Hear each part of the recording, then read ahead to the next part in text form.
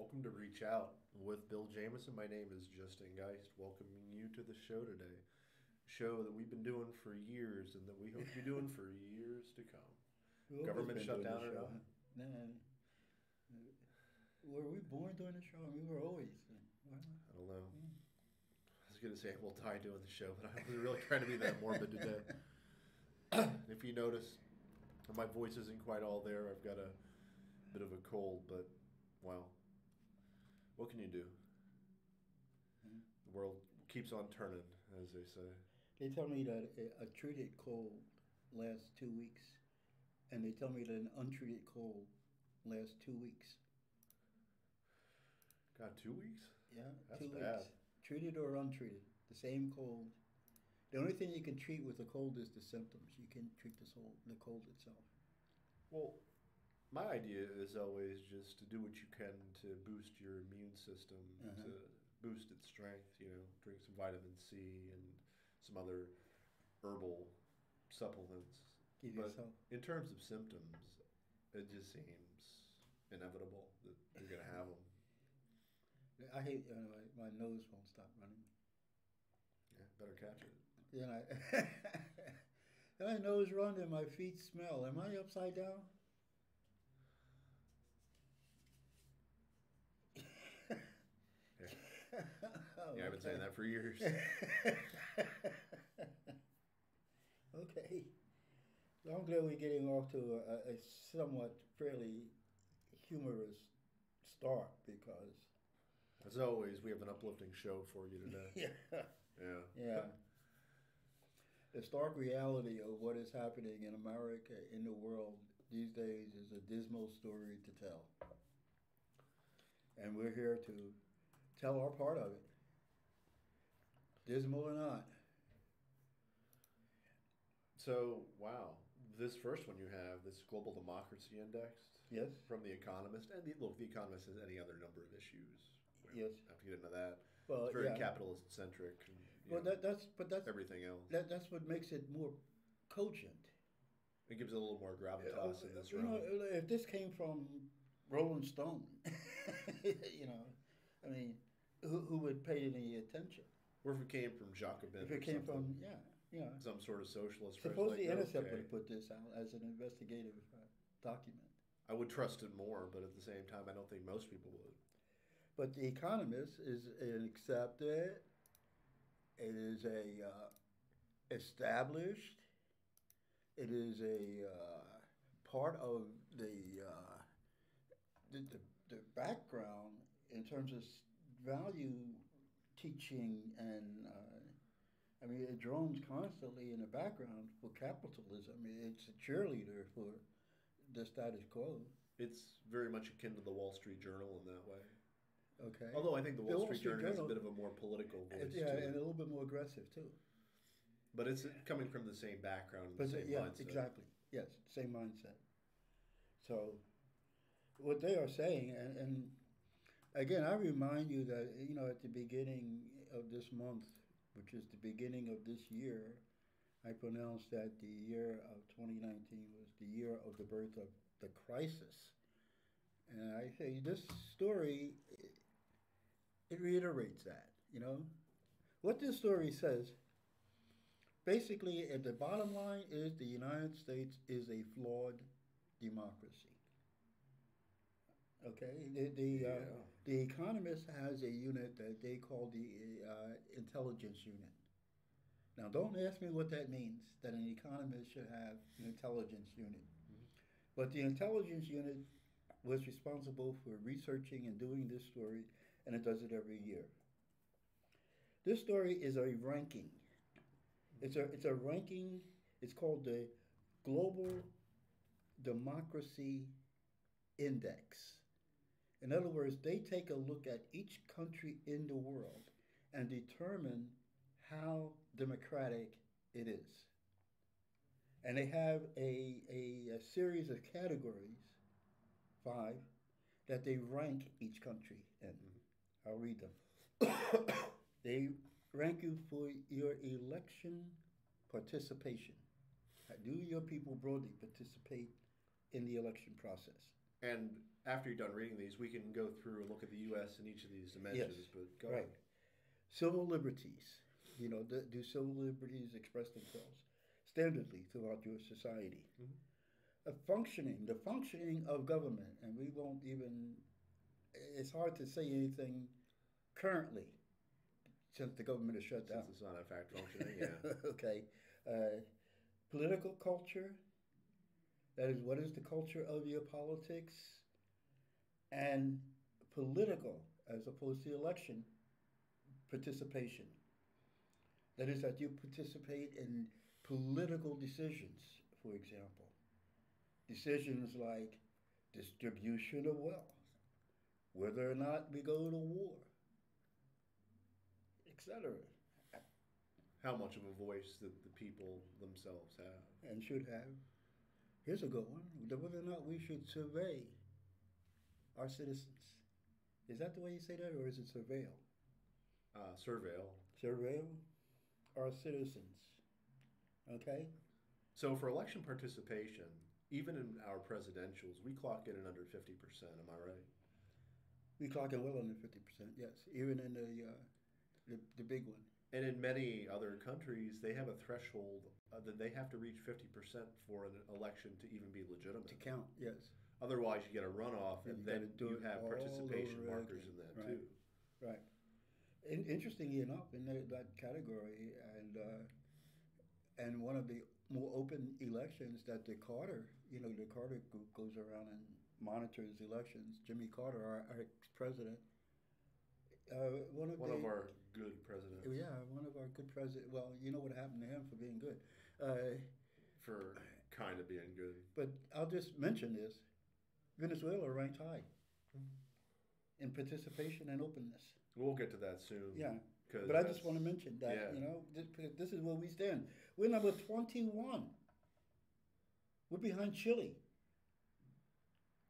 And when we say election participation, just imagine the steps that powers that be and political figures actively take to dissuade and to disallow people from that kind of participation actively.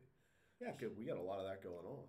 Yes. Look at North Carolina. Look at Ohio. Yes. Look at Pennsylvania. Georgia. Look at anywhere. Pennsylvania. Yeah. Look at nearly anywhere in this country. You know, You're going to see it. and not only, how about you can take specific instances during the time that people were running. How about 100,000 people being disenfranchised in Brooklyn alone in the Democratic primaries? Okay, you know, it says here in the article, because they borrowed some of this from the statements that were following the article off of Facebook, and so this was a composite of both the original Economist article and some comments from Facebook. And one of the things that it said was that the United States fell below the threshold for a full democracy. We're called a flawed democracy in 2016, and that is how now it's ranked as a flawed democracy. Okay, the main causes of the United States regression was a serious decline in public trust of U.S. institutions in 2016. Interesting statement, I thought. This year's the country's overall score remained basically the same, and the U.S. remains in 21st place in global rankings. It was 16, 17, and 18. We're in the 21st, from the 17th, we fell from the 17th to the 21st place. Now here's my question. My question is, if they thought of us as being an open democracy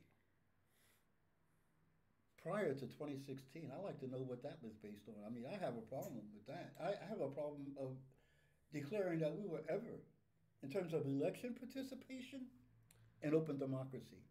And then let's take it even from, let's say, when the Patriot Act happened. Was that 2003? Yeah. We can even take it from then. I believe that was one of those watershed moments. I'm not saying before that we right. certainly didn't have issues and flaws. Oh. But that was a big watershed moment Okay. in terms of all that. And that second category of especially, which would be civil liberties. That's when they really declined. Okay, but look, I agree. But look, prior to that time,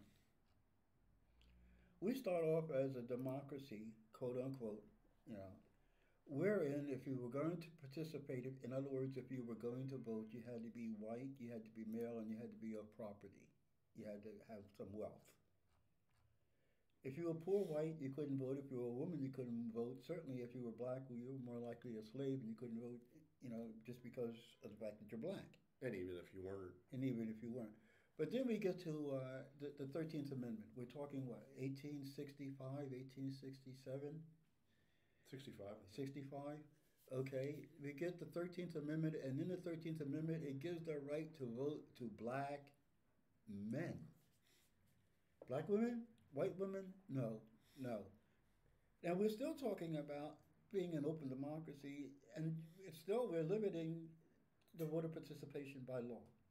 On top of that, although black men may have had the right to vote technically, there are any number of other actions actively taken by both the people and by the government to limit that voting possibility. Well, you're going to get a major. Here, 1920 is when women's suffrage happens, and women get the opportunity, quote unquote, to vote. Mm-hmm. You know, the 1920s, 1922, 1924 is the beginning of the massive disenfranchisement of the Negro vote. That's when we started passing all those Jim Crow laws that took away the vote from the black men that Wait. the 13th Amendment gave 1920? in the 1920s. Not 1865? No, 1865. Well, that's. I was going to say, because I feel like No. pretty much We didn't have the started. laws. Now, whether or not people vote is one thing, Mhm. but whether or not the law says you can vote, that's a whole other thing. Now, they had a lot of ways of stopping black people from voting, say from 1865 to the 1920s. What I'm saying about the 1920s is that we get a vicious disenfranchisement by law of the black vote. They took the vote away. I mean, it wasn't like you had the right to vote, but they didn't let you. They took away the right to vote by law. This is what the civil rights movement was about, trying to reinstall the right to vote. Not whether or not you can or they allow you or whatever, Sure. but just the right to vote is what that issue was about. That right to vote was taken away in the 20s with the installation of all the Jim Crow laws that we put into this country, and they were not just in the South. Okay? That's what I'm talking about. Now, from 1865 to 1920s, of course, it was difficult for black people to vote. Absolutely, and you're right, but I'm specifically thinking about, I believe it was, I forget which amendment it was listed in specifically, that still allowed prisoners or those who had been in prison to be treated as slaves. Yeah, well, 13th. And of course, to The that 13th. to disavow their right to Right, vote of through course. being felons. Well, but then you get individual states passing individual laws that are on the books today to disenfranchise people who had felonies or went to jail for one I mean, reason congrats or to another. Florida for finally And, getting rid of that one. yeah. But But we're talking Did- natural laws. did you now, did you right? actually Right, did you right. actually see the pushback by legislators in Florida, Yes. who, even Yeah. though that was passed by public referendum, they were dragging their heels and they were possibly not even course. going to let it pass. Of course. It's So- it's interesting when we talk about this. It's interesting. I mean, look at that fifth category, political participation. Right. We have people who are trying to participate and they're being disenfranchised. Yeah, right. Okay. And civil liberties. you know, Come on now. I don't even know how to begin a discussion on that one. We freely give them up and they are actively taken from us. I don't even think we know how to define them anymore. I mean, civil liberties used to be a part of our discourse, and certainly of our political discourse, definitely of our governmental discourse. But how often do you hear any reference to civil liberties today? How often do you hear references to citizens? To citizenship, if you're not talking about denying it to migrants. I mean, no, we don't even teach civics No. in our schools. I know I was taught civics. You were taught civics, but if you take a look at what they are learning for civics in the 2 hours that they get out of the year,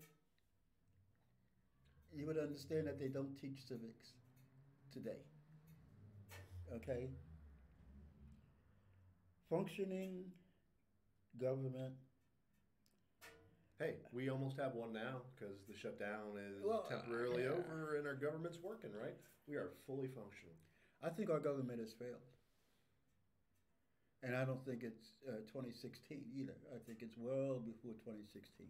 I think it goes all the way back to when we had just two parties. And you got that kind of vying for power between two parties and dividing up power between two parties and the development of an establishment amongst the two and the development of the relationship of the establishments to form what we consider to be or know to be, say crony capitalism. You know, we know that it's a government of cronies. It's not a government of democracy, and it has been for a long time. I mean, this didn't start. Teapot Dome scandal. Teapot Dome. Oh, My God! But it started back in the 1790s. Oh, what are we sure. talking about? It was Right. there from the beginning. Oh yeah, it didn't start then, but Teapot Dome is a good example. You know, Yeah, well, I mean, we either had a co-conspirator in Grant or just someone so incredibly dumb. Yeah, so and, incredibly and he was very piss poor at picking his friends. They picked him because they knew he was a pushover. Well, which is crazy to say about one of the top generals of the Civil War, but yeah, excellence in one thing does not equal no, excellence in another. in no way whatsoever. And Ben Carson, and a leader in war doesn't necessarily make you a leader of men. Uncle Ben. Interestingly enough, Sorry. Uncle Ben. Wow, suppose Uncle Ben would have been able to start his own rice company, or Aunt Jemima her own pancake company. Mm. You know, we talk about participation in our country, in our society and whatnot. Aunt Jemima couldn't get a loan because she goes to the guy who has a good idea, to make pancakes, but her white mistress could go and get a loan to start a company And use her image and use her image to sell the pancakes. Of course, stereotyped up a little bit, sure.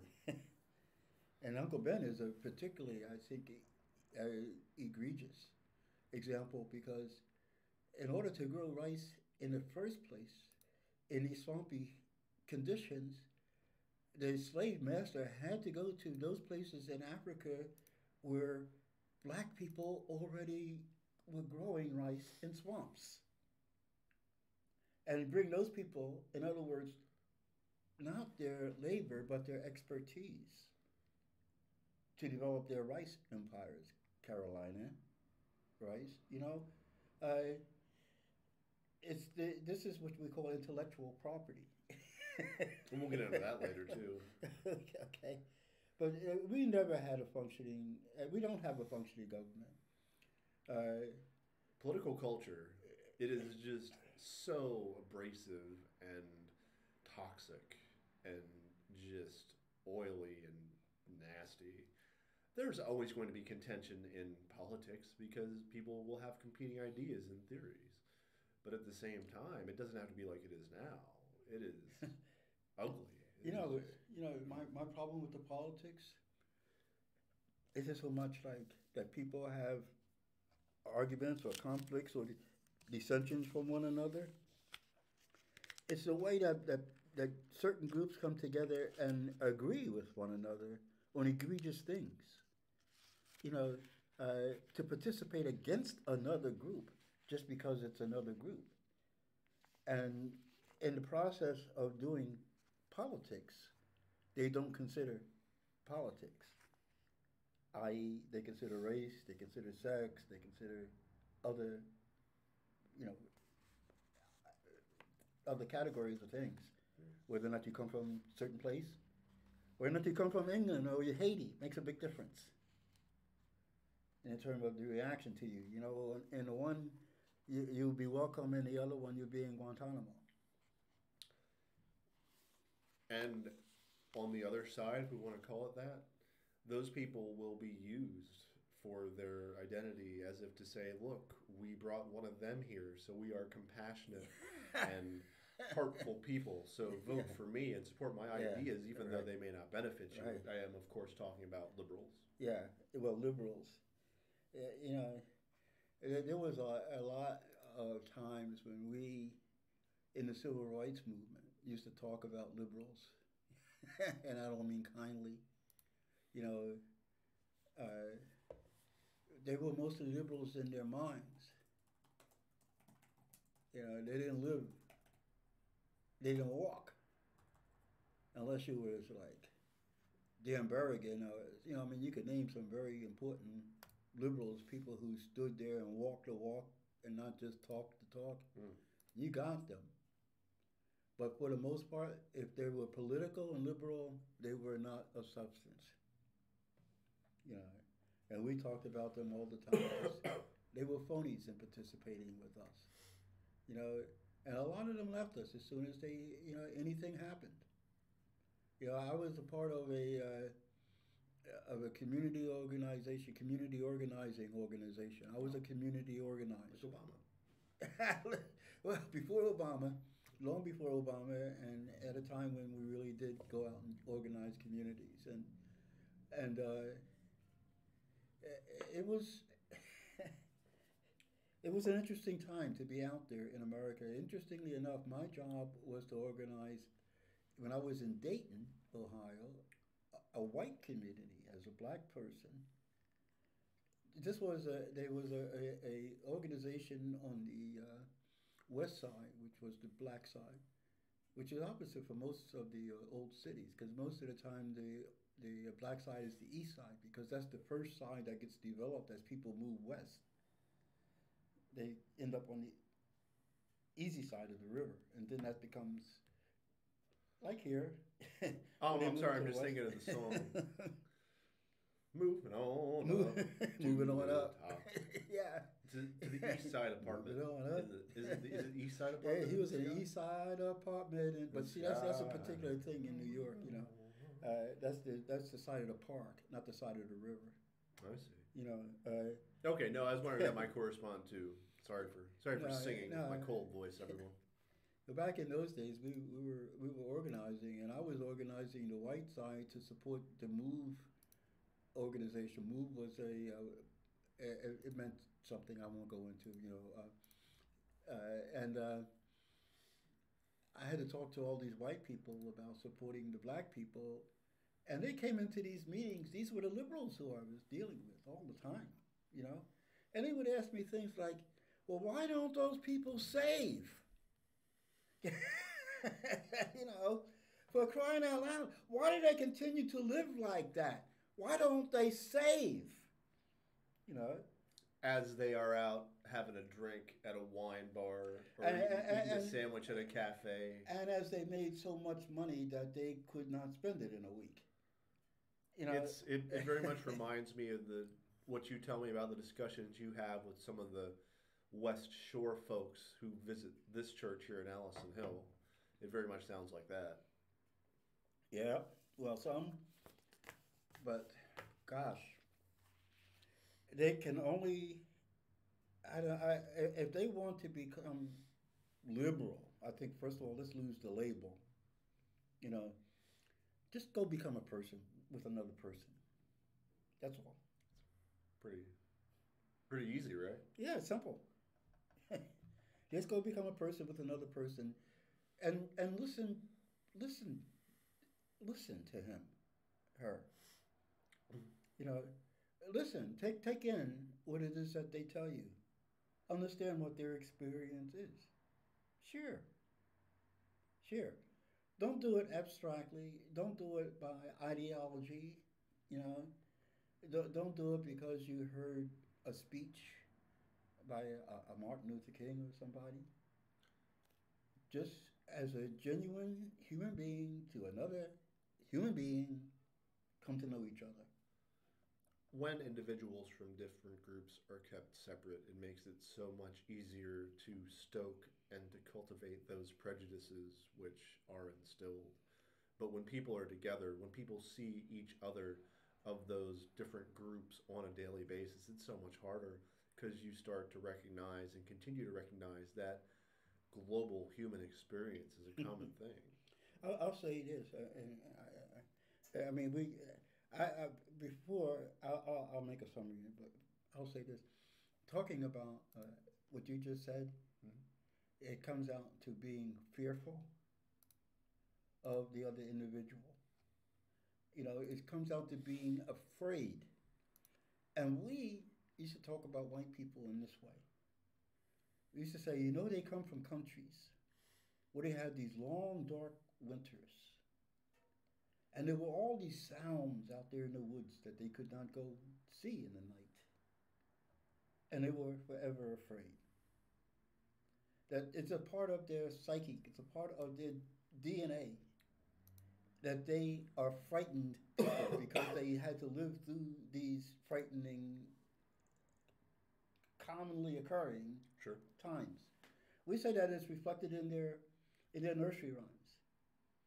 Big Bad Wolf, the Three Little Pigs, the the stepmother, the evil stepmother. Sure. But just a sec. Is that not also reflected in African fairy tales and storytelling? Because there are some of those are real scary. But they're animals who are intelligent and fighting with each other. I mean, they're fables. I suppose that is that not also true of Japanese fables, Indian fables? Well, then I guess all we that? could come out to the same conclusion if Sure. that's the case. Sure. No, I'm definitely not trying to disavow You what know, you're and saying. I 'Cause don't think know. it's a Well, good I'm just point. saying that that's the way we used to talk about them. Yeah. You know, and so we used to say they're scared people.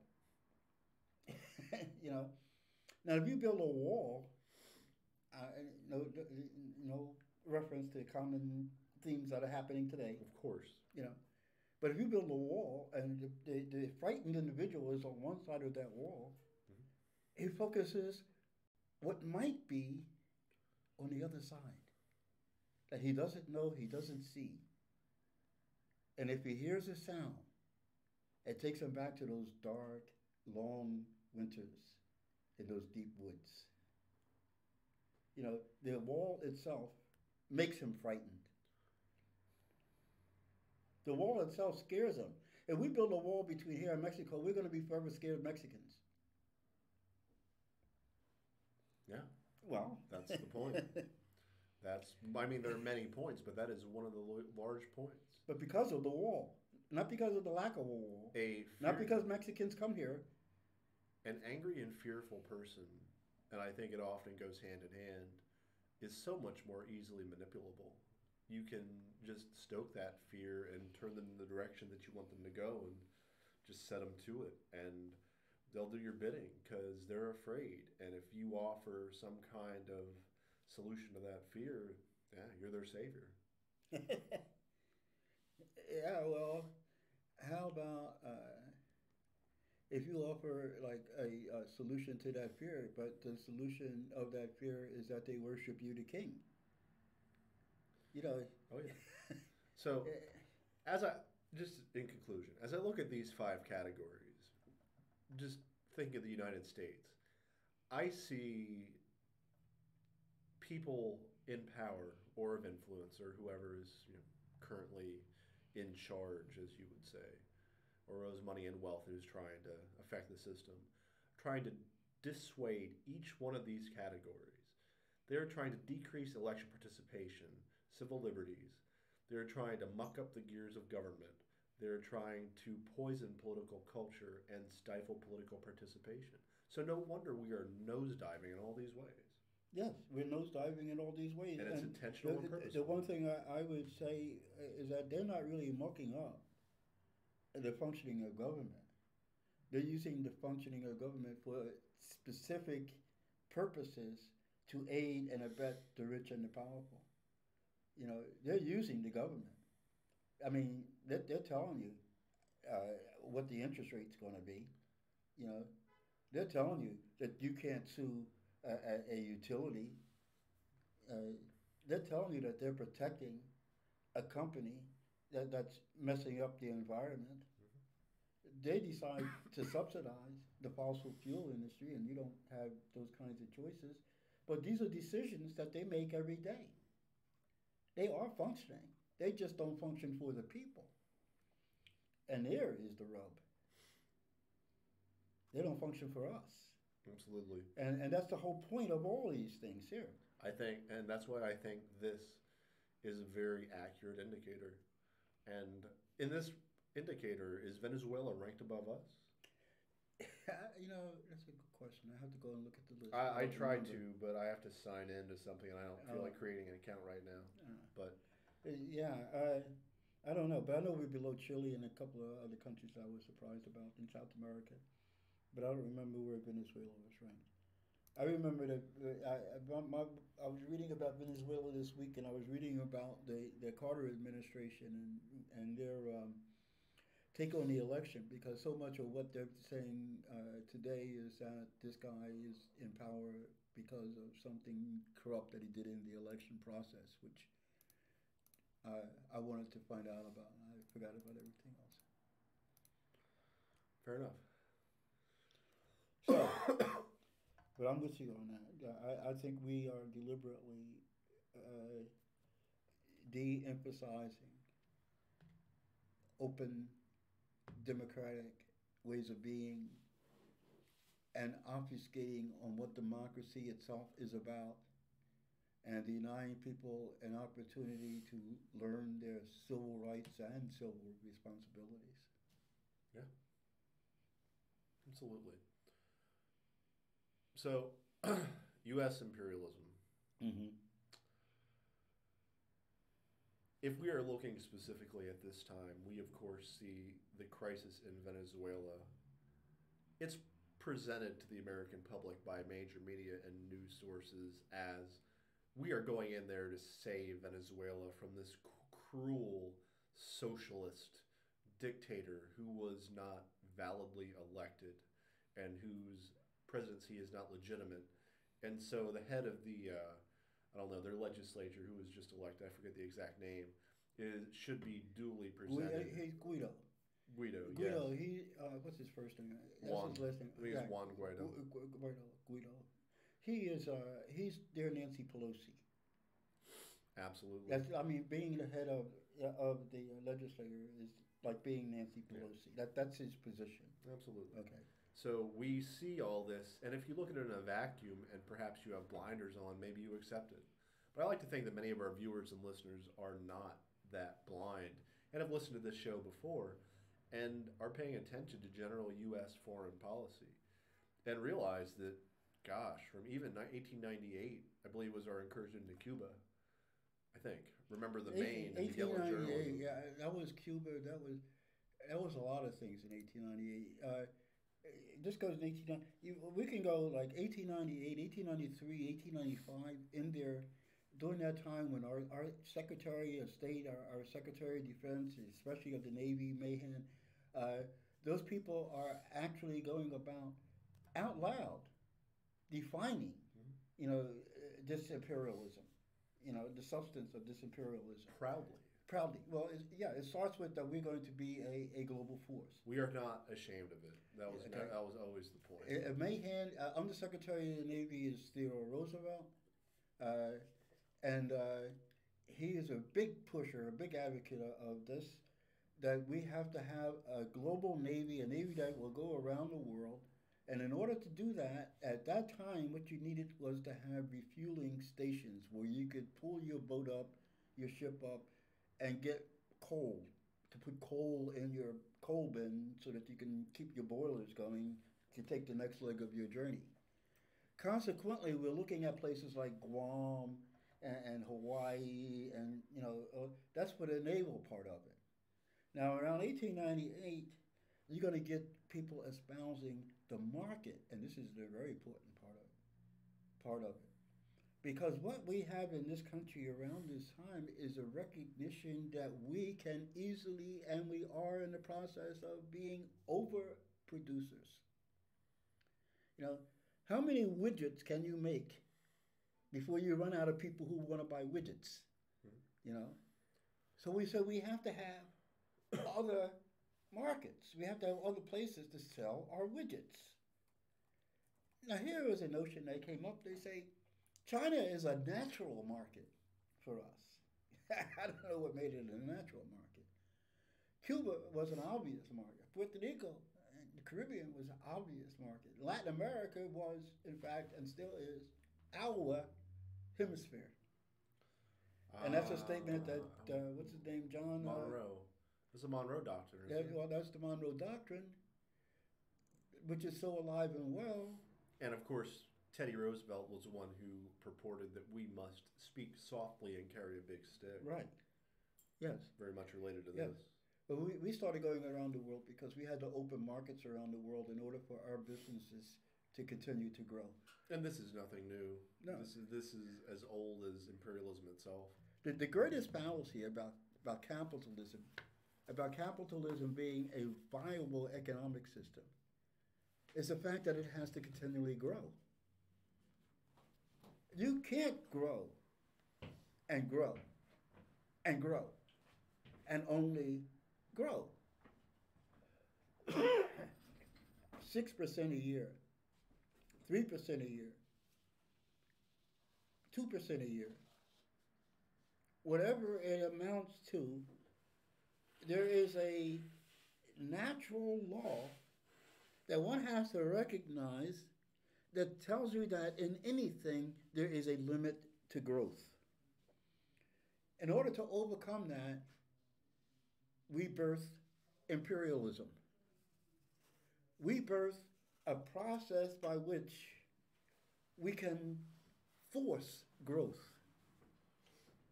We can force growth by telling the Japanese they can't isolate themselves from us, and they got to buy our products. Well, that did backfire.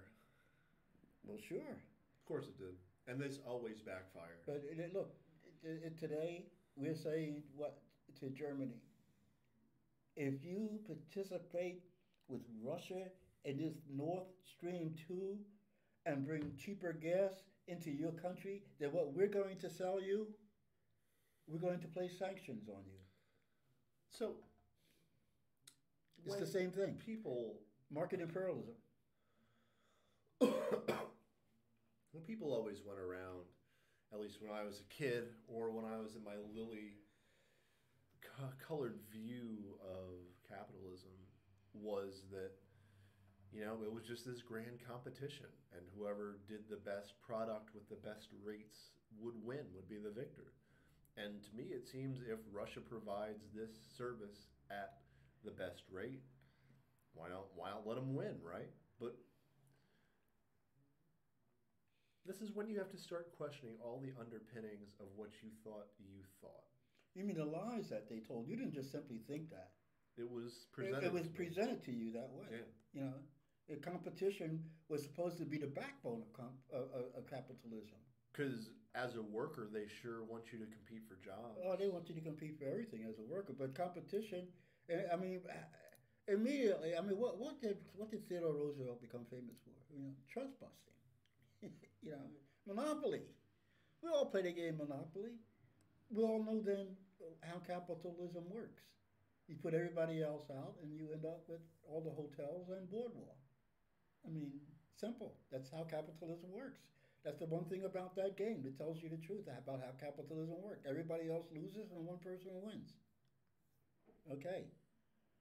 Capitalism is what gave us the impetus for imperialism. Okay, we talk about specifically Venezuela. We started to process these actions that led us to 2 days ago in 1922. What happened in 1922? The biggest oil reserve in the world was discovered in Venezuela.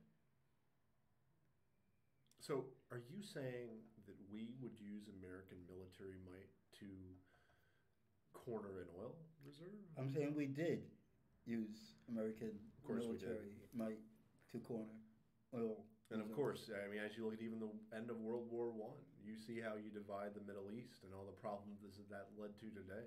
And it was all about oil. Yes. Now, here's a problem for Venezuela. Other than having all that oil and having people want to fight them for it. Well, here's a problem with all that oil. And here's a problem with third worldness. If you want to know what third worldness is, this is one of the ways that a world is a third world. Okay? Mhm. When I was in Liberia, Liberia had a product the world wanted. It was called rubber. Okay? In the 1920s, about the same time, Firestone went to Liberia and developed some of the biggest rubber plantations in the world. They put the Liberian people by force to work. Took the guns to the village and said, "You are now an employee of Firestone," and that's it. Well, Job creators. job creators. Oh, right on. For people who were subsistence living, uh, they didn't live with jobs up until that time. They just lived. Um, there is a process that I learned of in Liberia. It's called production without development. This is a particular third world phenomenon because the first world makes sure that if you have a product that they want, that you will produce that product, but you will do it without developing your country. In Liberia, you have rubber plantations, but you don't have rubber plants. You cannot process and make things out of rubber in Liberia. And I believe that's very purposeful. That's exactly purposeful. It's exactly purposeful.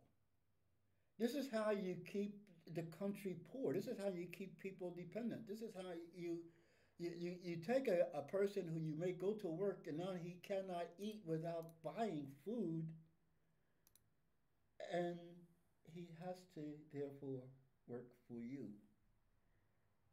And he comes under your command for lack of ability to eat. And I'm talking about Venezuela. When they discovered oil in Venezuela, do you know about the refineries in Venezuela? You see, there are none. In other words, we're talking again about production without development. Weren't there ever? There are no refineries in Venezuela. This was one of the things Chavez got into trouble for, wanting to build refineries. I always knew Chavez and the government sold the gasoline to the Venezuelan people at like 50 cents a gallon at incredibly low prices. So, to the best of his ability, he was trying to pass on that oil wealth to the people. That's what he did.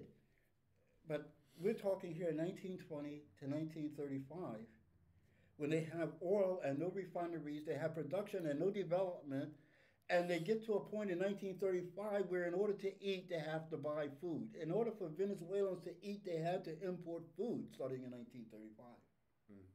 You understand? The oil money was good. It looks great. We can buy food because we're making so much money from oil. But in the process of living like that, you fail to develop, let's say, a diversified economy. Just the process of having oil that you have to ship to the United States to be refined and brought back to your country costs you. God, look at all the refineries we have in the United States. We have. I think we had the largest in the world in Houston, Texas.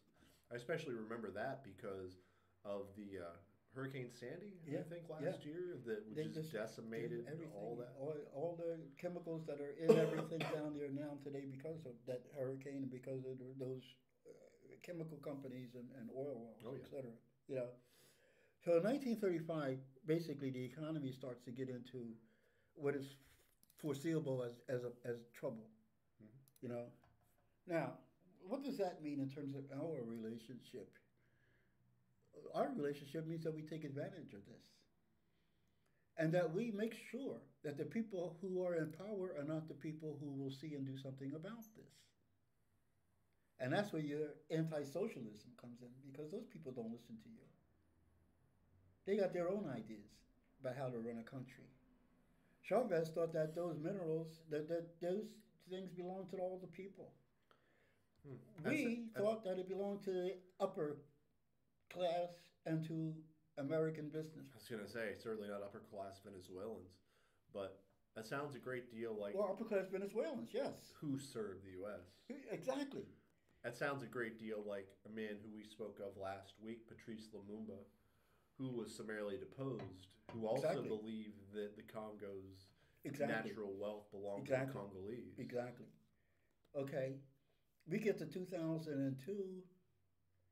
We cause a coup against Chavez, and it fails. But we caused it, obviously. And from that moment on, we're in the process of coup making in Venezuela. How did we do that? By developing so called NGOs that trained people to be protesters, that trained people to go out in the streets and wreak havoc. And we continue it with the guy who replaced Chavez, President Maduro. And now here's the crime. Oh, we haven't reached the crime yet? No, we haven't reached the crime yet. God. We say, you know those darn Russians? You know what they did? They meddled in our election. Well, how did they do that? Well, they bought some ads on Facebook. And they talked to maybe somebody in the administration, the campaign, excuse me, who told them where to place those ads. And they hacked the DNC. We're not going to tell you what they found, but we'll tell you that they gave it to Julian Assange. And because of these things, they meddled in our election and they caused Donald Trump to become president. And we say that's terrible. That's a crime because we are a sovereign nation.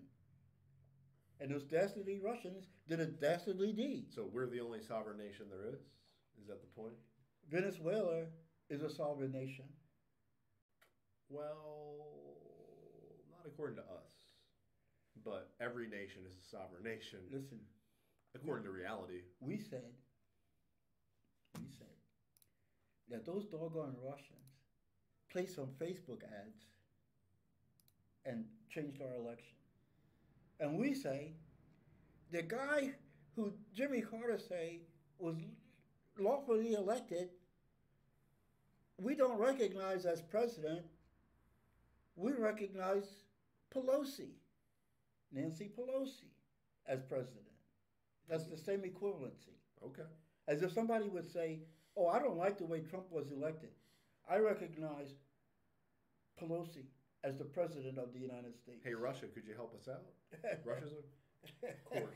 You know, this is what we're doing to Venezuela. All right? We are not simply meddling in someone else's election. As we did in Honduras, we're trying to overturn someone else's election.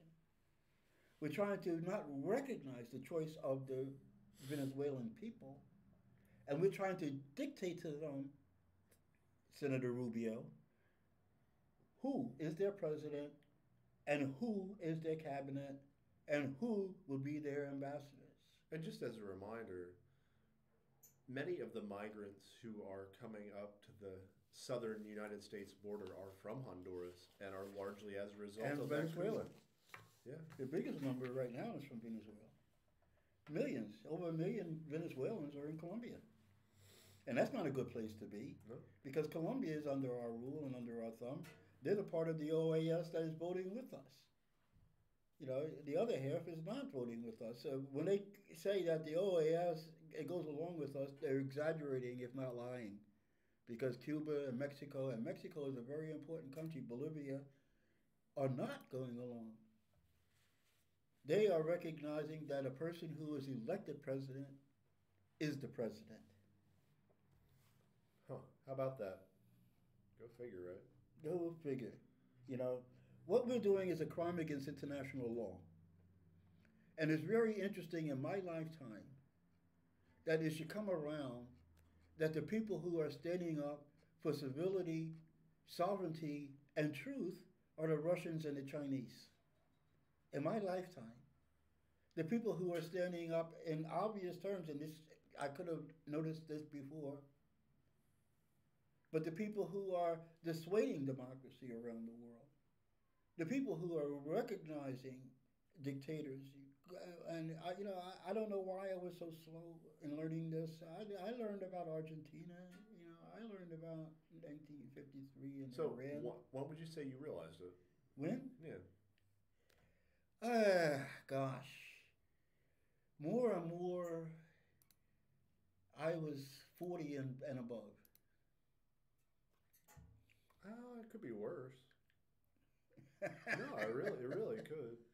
Yeah, At least you learned it. but I mean, look, I saw Patrice Lumumba, and I read Patrice Lumumba, and I saw his death pictures, and it didn't go through. I mean, it had to go through all these layers of thinking that I could have been born any place, but I was born in Philadelphia, Pennsylvania, the city of brotherly love in the great United States of America. And ain't I lucky? And that was my attitude. And I was the all-American high school kid, that kind of stuff.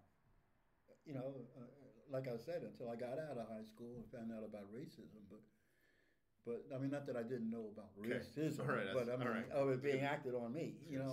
in certain ways. Because I had fights about people calling me the N-word and stuff like that. But when I went out to find an actual job, and they told me I couldn't have the job because I was colored.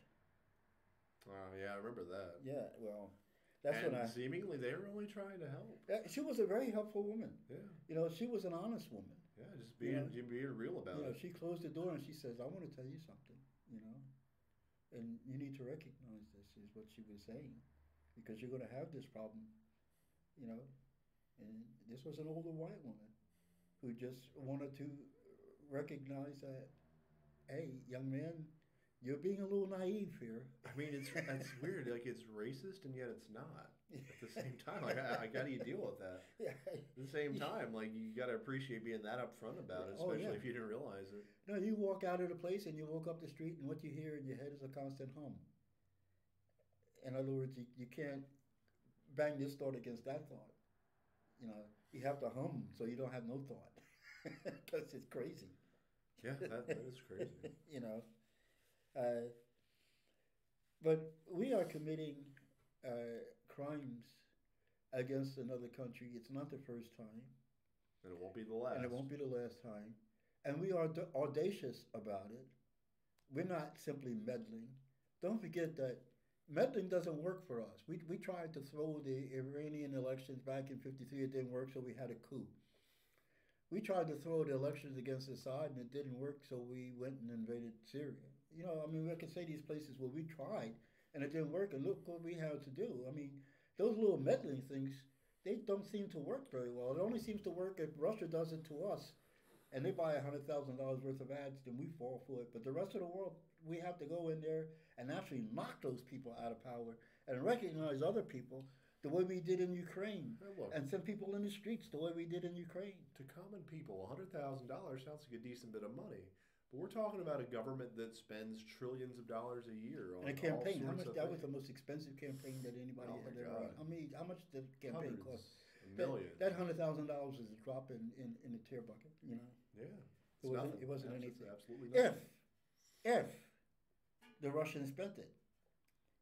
You see, this is one of the things that's happening right now, is that commonly we say in this country, the Russians hacked the DNC. I mean, we ourselves have talked about the veterans intelligence officers who have demonstrated and proved that it could not have been a Russian hack, it had to be a download. And we have told America, repeated to America, the evidence that those people told America, But these people who do the news these days on these commercial stations and whatnot, they say over and over and over again without equivocation, Russia hacked the DNC. And they go on from there. It's in the indictment. What's this guy, Stone?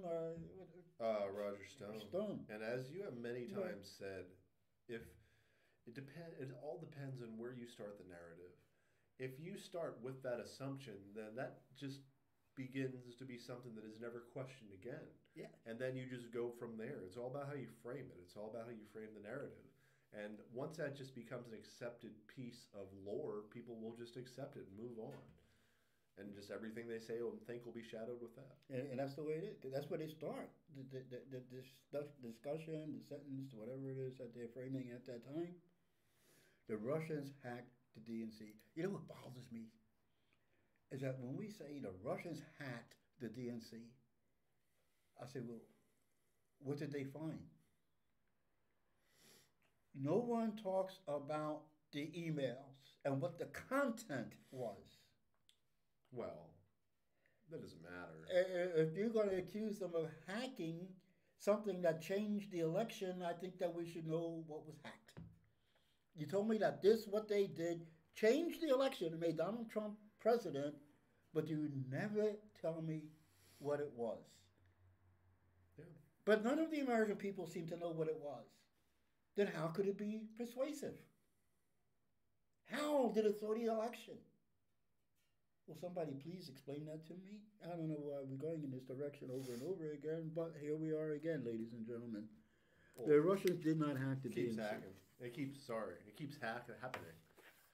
And they keep hacking. But do they? No. Regardless.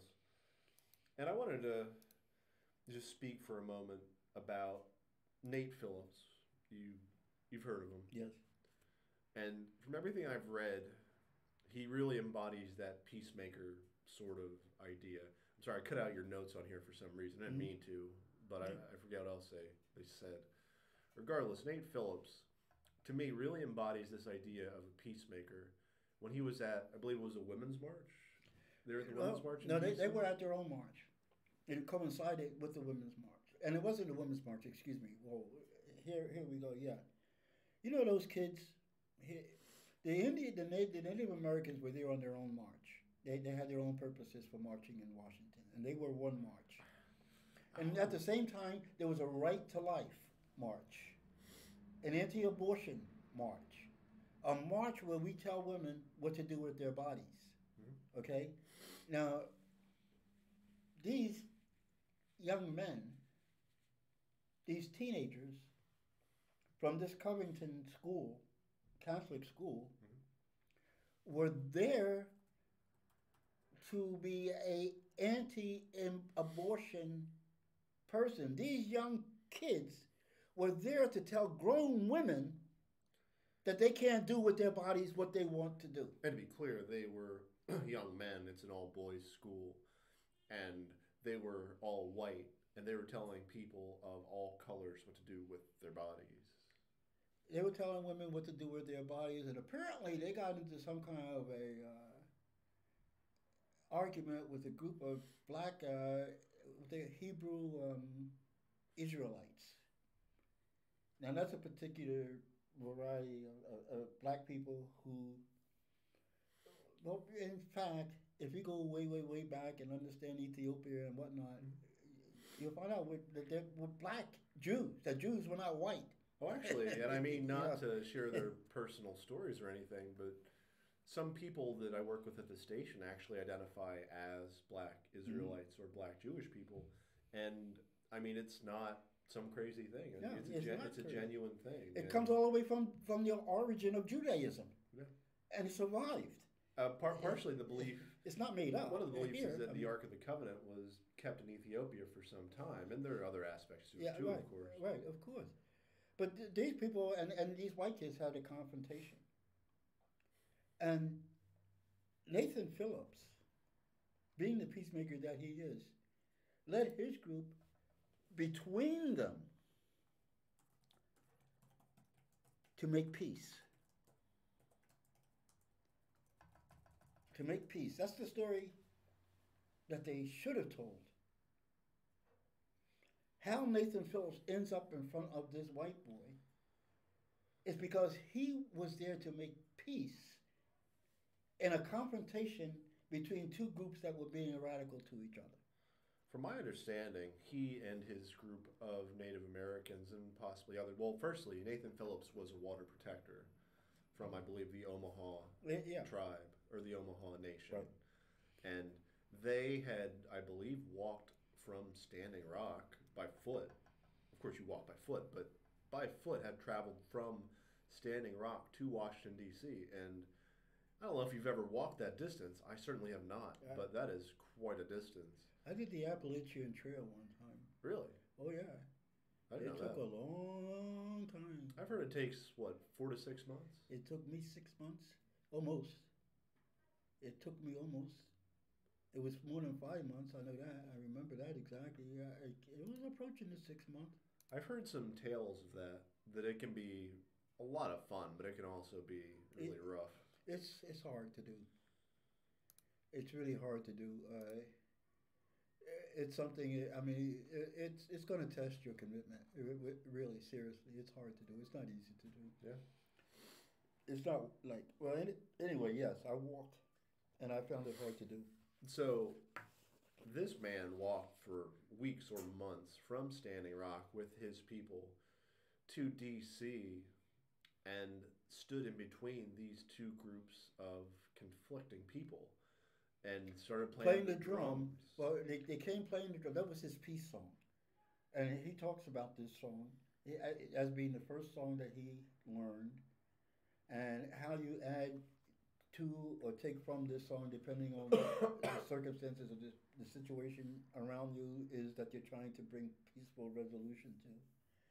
So he was specifically about these two groups of challengers and specifically trying to bring words of peace on both sides.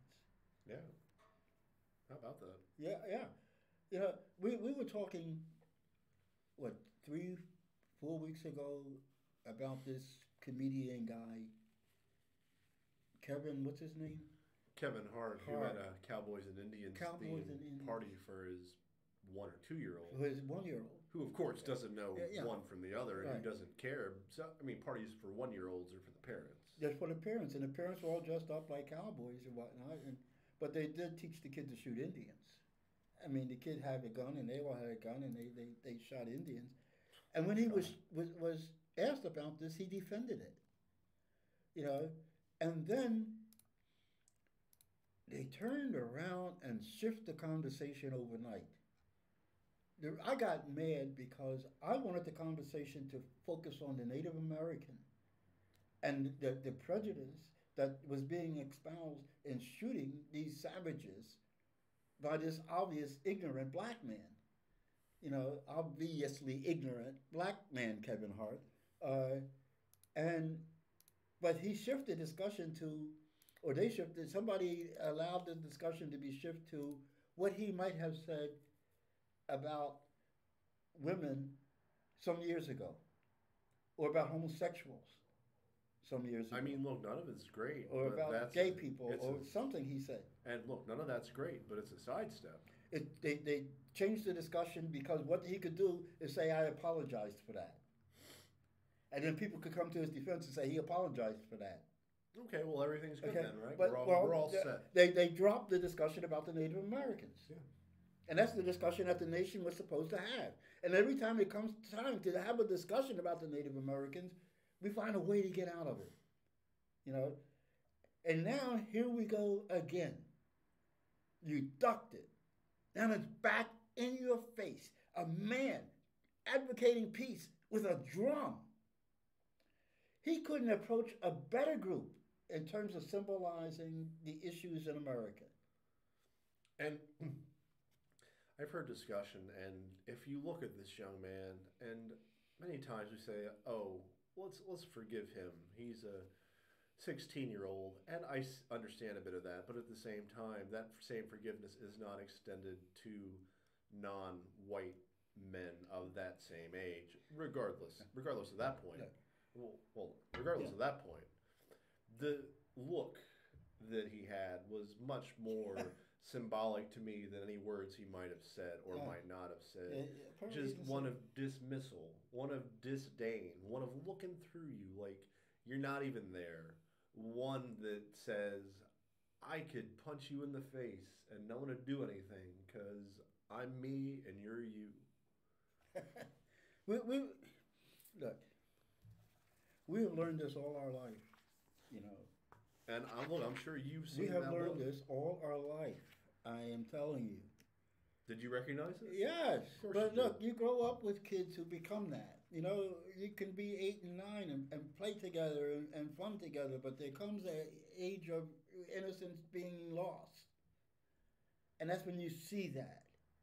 And the N word creeps into their nature. Okay? Why? Listen, I saw a video in that school. Yeah, These okay. kids in blackface Yep. Hmm.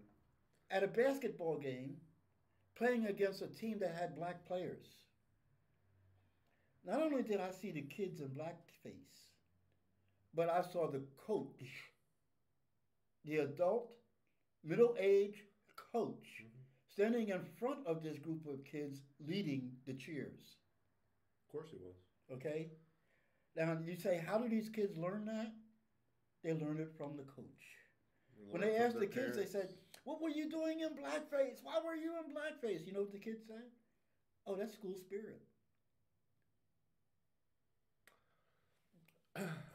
And I forget if she's ever been on our show or not. Shemaine Daniels, she's a city councilwoman from Harrisburg. Mm. And she made a post on Facebook regarding this subject. She had actually either lived in Covington or visited there in her youth. And she spoke about it. And she was saying that it is just a chapter out of the Dixieland South. It is an incredibly racist place.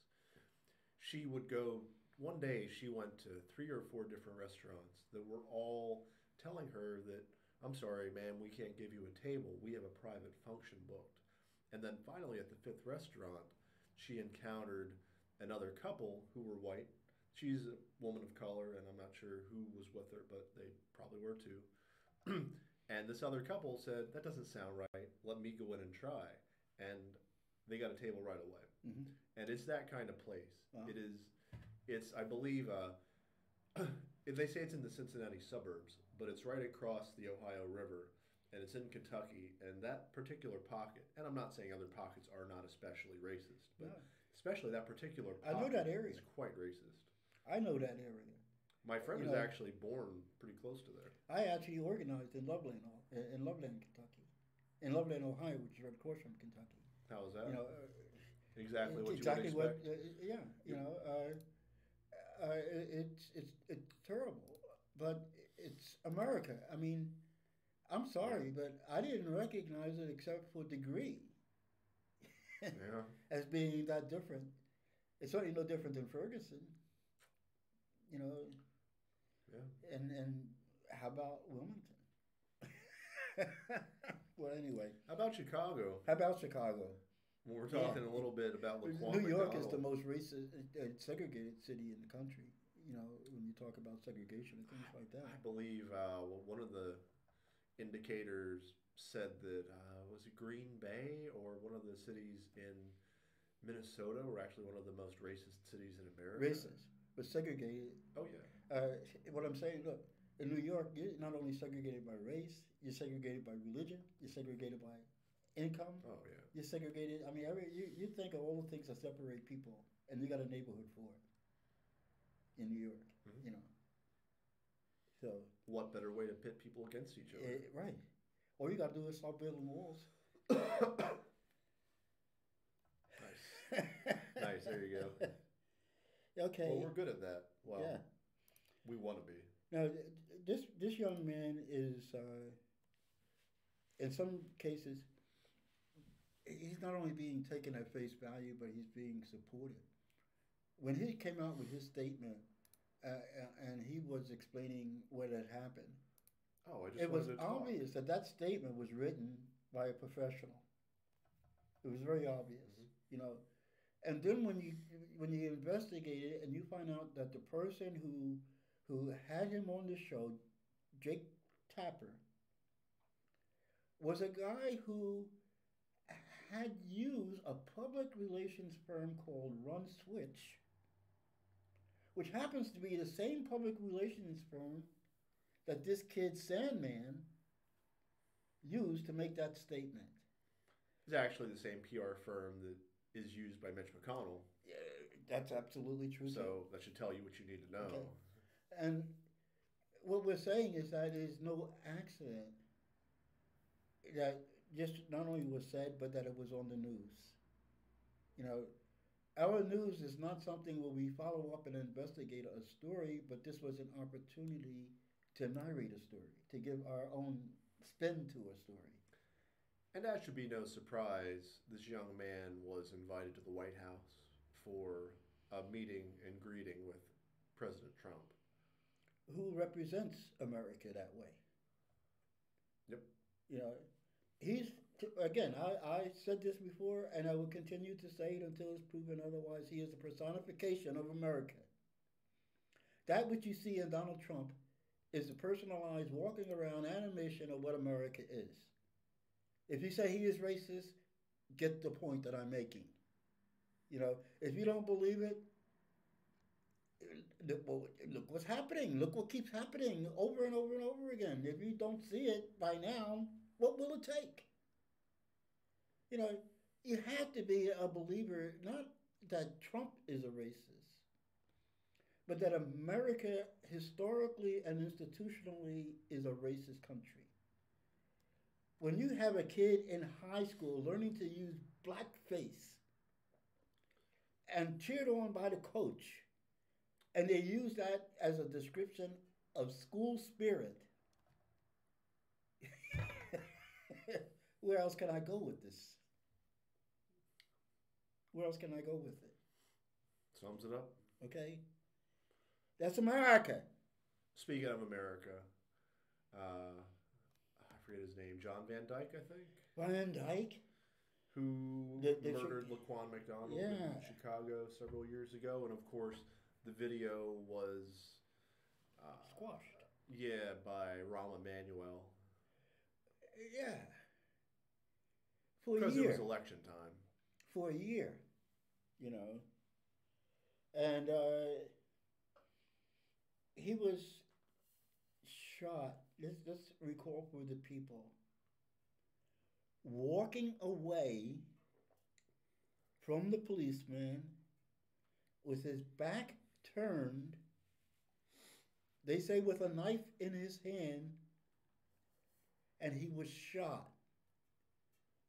Not to disarm, not to maim. He was shot 17 times to murder. That's the only description that you can give to somebody who shoots some other human being 17 times.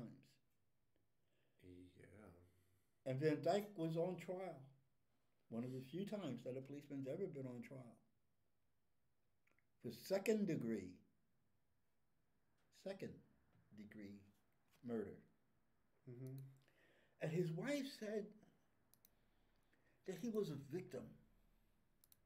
Of what? He was a victim for doing his job as he had been trained to do it. How about that? How about that? And now he's being punished for it. And his daughter said that she was bullied and people said bad things to her because of what her father did. This was the plea in court.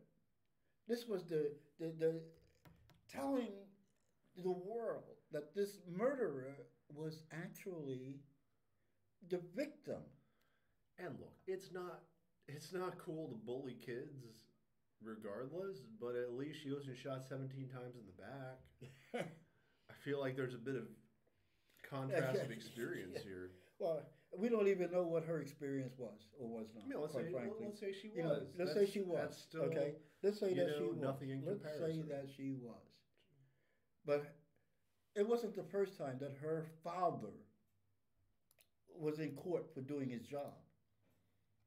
He pulled a guy out of a car who I don't remember what it was, some minor thing about signaling or not signaling or something, and beat the heck out of him. And the city had to pay the person. You know, so this brings up $350,000. this brings up another issue that we've discussed before. If this is indeed their job, there's a problem with the job. Absolutely. There's a problem with the policies, there's a problem with the training, there's a problem with the ethos. That's where the problem begins. And I'm not saying this dude does not himself have a problem, but it begins at the top. It begins at the start. It begins with the training, the mindset, and the ethos. It begins with the people who do the training in the country and what they define as policing. You know, if you define those people over there as the crumb of the earth, and us over here as the protectors of the great white people behind us, and those scum over there are somebody who we got to keep in their place, then that defines my job. And then that defines how I should be trained. Mm. And then if you bring in this white man's fear thing, a cop is being trained that every second his life is under threat. And he should shoot at every noise. And if you don't, they fire him. Remember the guy who didn't shoot? Who got fired? Wow. I do. And that's very telling. Okay. And the guy who did shoot, he got promoted. If y'all don't remember the story, there was a black guy who was having problems domestic, and he had a gun. He did in fact have a gun, and he was outside in front of his car with the gun in his hand, and the cop came up, and the cop was watching this guy, and the cop decided that this guy wants to commit suicide by cop because he wasn't pointing the gun at him or raising the gun, was actually threatening the cop except verbally. He wanted the cop to shoot him, and the cop refused to shoot him. And another cop pulled up and got out of his car, and within 3 seconds shot the man dead. Boom. The cop who didn't do the shooting was fired, and the cop who did the shooting was promoted. Those are the values of our police. It's a clear message it's to anyone else in the force. Very clear. It's anybody all over the world. In America and around the world, you're right. Van Dyke was given 81 months for second-degree murder. 81 months equals 6 years. And he will be eligible for parole within 3. And the jail that he is going to is one that they use for protective custody. Oh, so other prisoners don't know he's a cop and don't beat him within an inch of his life. He's going to a special jail that they have for certain prisoners, and they get the best of it all. They get a life better than the guards, and this is well known. I'm not making this up. The other aspect of this justice, of this so-called justice system, is that 3 cops, Thomas Gaffney, David Marsh was a detective, and Joseph Walsh was a detective. They were on the scene when the young man was shot 17 times in the back. And what they wrote in their report was that this young man advanced on the cops with a knife and threatened them. And therefore he was shot. I'm sorry, was he a ninja? Yeah. To me, that's the only way you could do anything with a knife against 3 heavily armed policemen. Well, if he was a ninja, he wasn't a very good one. He was dead. They killed him. And then they lied about why they killed him. And they were on trial. They were on trial for conspiracy because they got together to make up that lie. They were on trial for officer misconduct because according to the rule book, you're not supposed to falsely report. And they were on trial for falsifying reports. Yeah.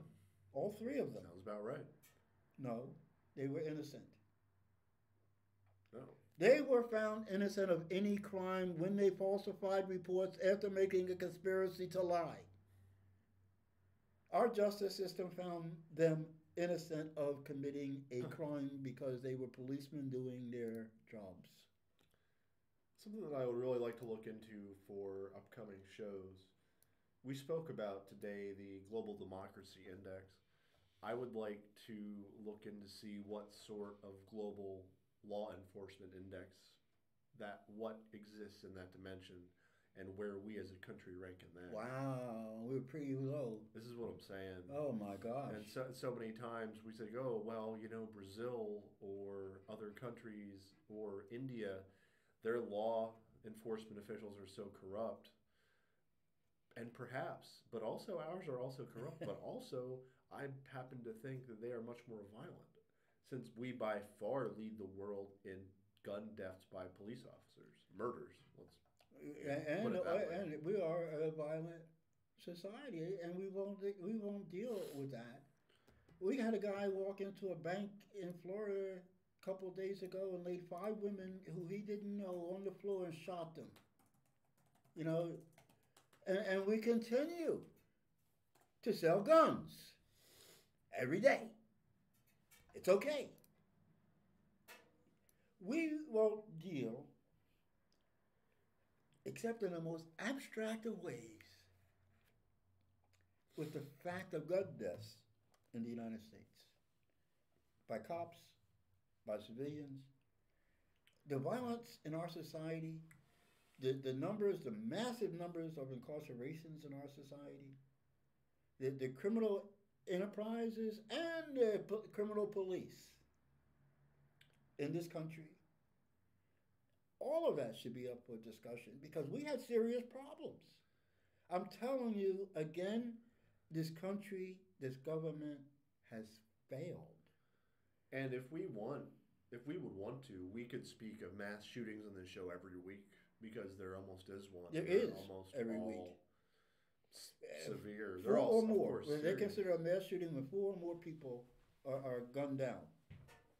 And that happens at least every week in America. At least every week. Now, I'm going to move forward in keeping this theme on the racism in America and the racism that's reflected in Chicago by the Van Dyke shooting, by the Van Dyke murdering, of Laquan McDonald is obvious. Here's another obvious one. In Toledo, Ohio, there's a General Motors plant. And for the last 2 years, the black workers have been complaining about racism, widespread, overt, obvious racism in the plant. In what form does it take? Did it take? The word "in" sprawled in bathrooms and on walls and before certain people's workstations. Nooses, indicating the hangman, indicating lynching, found hanging in places where black workers would be intimidated, etc. These things were complained about. And I'm going to quote a GM manager who was warned of the people receiving complaints. Sitting in a meeting, he asked, "What is the problem with these nooses? A black man has never been lynched unless he deserved it. I don't get it. What's the problem?" This is a plant where when it became obvious, because 9 workers are taking the plant to court, taking General Motors to court, who do they send out? They send out their Negro vice president to talk to the press. And what does their Negro vice president tell the press? See, we're not racist. We have one. Yeah.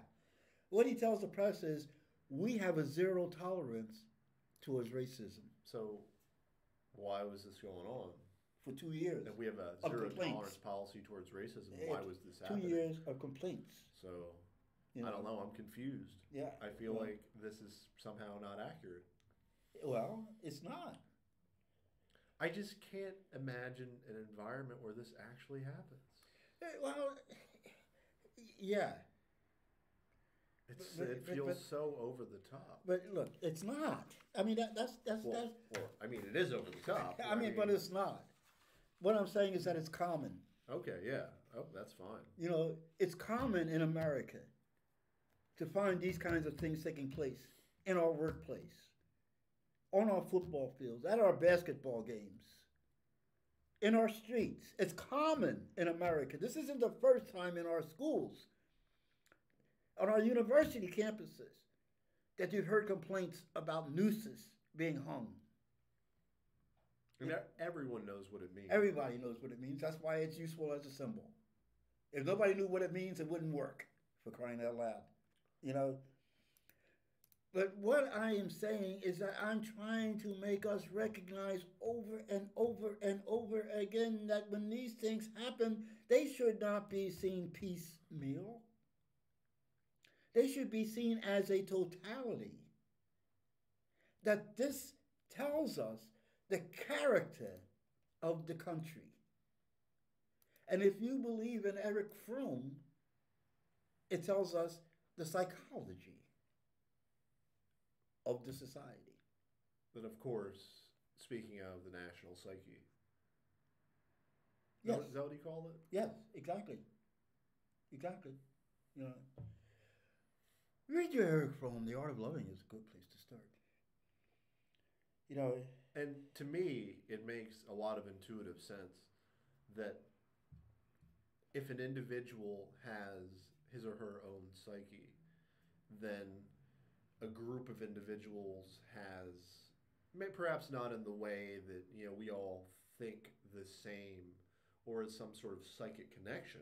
I'm not saying that, but that we have a similar, I don't know, we have a similar mind. Think a group mind. It's group think. There's a psychology that takes place. I can't think of the name of it. Maybe you can. When a person is involved in a mob, and they give their self over to the mob, to the thinking of the mob, to the movement, to the actions of the mob. It's called mob mentality. Mob something. Yeah. I mean that's okay. Possibly so. Okay, and that once they get involved in that they no longer have a viable psyche, so to speak. You know.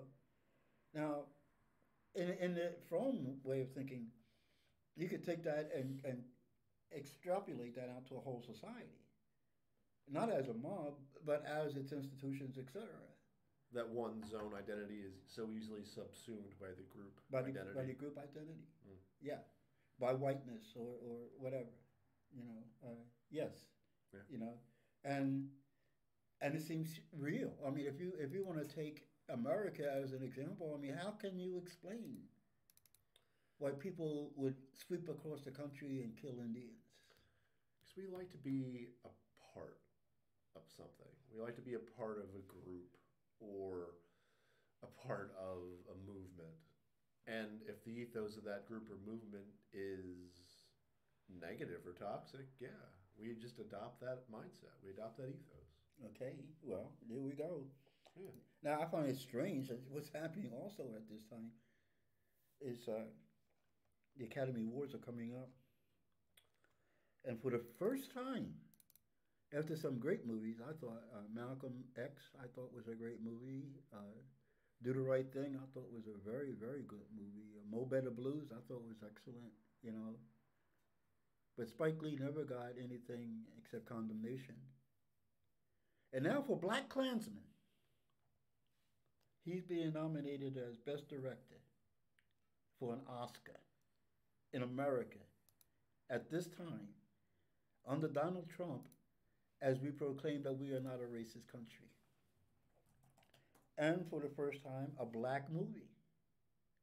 The Panther. The Panther? Black Panther? Black Panther.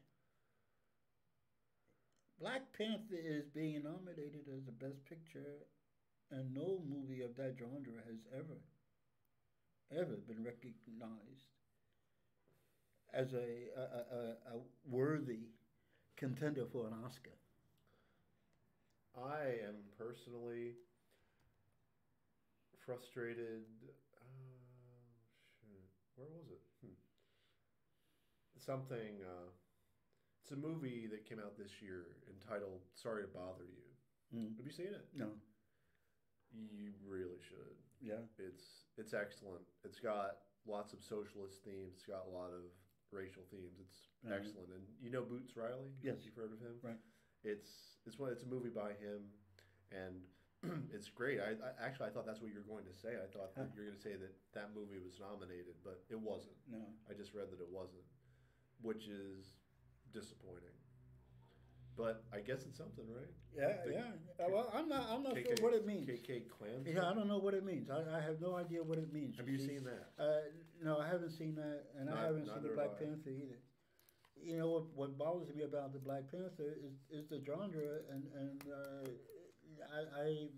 I don't know how I will see it. I will see it. What bothers me? Nadine tells me I gotta see it because I keep saying, well, what's the difference between that and Spider-Man? What's the difference between that and et cetera? Well, the other, What bothers me about Black Panther is that the hero is portrayed as this pro-CIA capitalist. There we go. There we go. And the antagonist is this freedom fighter who There we go. is, There we go. very, That's the same. of and about the people. That's the same. That's the same. Superman was fighting the Nazis. When I was a kid and I had my Superman, I don't know what you call that thing, but you used to look through it and you had a film strip in it and you turned it and you would see the movie. It wasn't like looking through, but anyway. Yeah, the little thing where you. Yeah, yeah. And Superman, I can remember specifically was fighting the dirty Nazis, and Batman and Robin were fighting the dirty Japs on the coast. That was I was born basically just before World War II. So that was my basic introduction to these heroes, to these action heroes. That Batman and Robin was the ones who was fighting the dirty Japs, and that Superman was the one who was fighting the nasty Germans. Yeah. So I got my first dose of patriotism very, very, very, very early. So. Yeah, but I really got to encourage you and everyone to see Sorry to Bother You. I will go see that. It is. Sorry to bother you. It is very good. Before we move on, I would like to just mention something that I saw posted by someone about Venezuela that reads, Venezuela placed gold in the Bank of England as a guarantee for a loan from Germany to buy food from Turkey. They've paid back the loan to Germany, but London won't return the gold, which is now valued at $1.3 billion, with which Venezuela could buy food. Yeah. So we are starving them into a coup. One of the things that I really, really, really hate, and I keep seeing these people on the news, and I keep hearing this pompous Pompeo talk, and this, what's his name, John Bolton. Bolton talk. All handlebars. And they keep saying things like, this guy ruined the economy. But they never say that we put sanctions on the economy. They never say that we stopped them from getting loans from any international banks. They never say that we cut them off from money that they had safely secured in banks, that we don't allow them access to their own money. In this case, you're talking gold, And then doing these things, and oil refining is one of them. The oil prices fell out, the bottom fell out of the oil prices, and at the same time, we won't allow them to refine their oil. But then we stand up in front of the American people and say, this man and his socialism ruined the economy. And the American people need to wake up and do their own research. It's easy. It's out there. They talked about this openly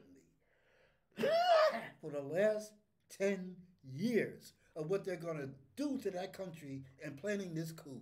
They told you over and over again what they were going to do to Venezuela, and they were in the process of doing it. You say starving the people? Yes, starving the people. But not only starving the people, but who do you think paid for those people to go out in the street and raise ruckus? Who do you think paid those so-called NGOs monthly stipends to cause trouble in the streets? And then who do we hold accountable when they raise violence in the street and the police come to stop the violence? You know, we don't even hold our own cops accountable when they shoot people who don't have guns and ain't causing violence and it's just trying to, let's say, sell a couple Lucy cigarettes if that's what he was in fact trying to do. He deserved to be choked to death. That's our law and order. Firstly, who gives up? Who cares?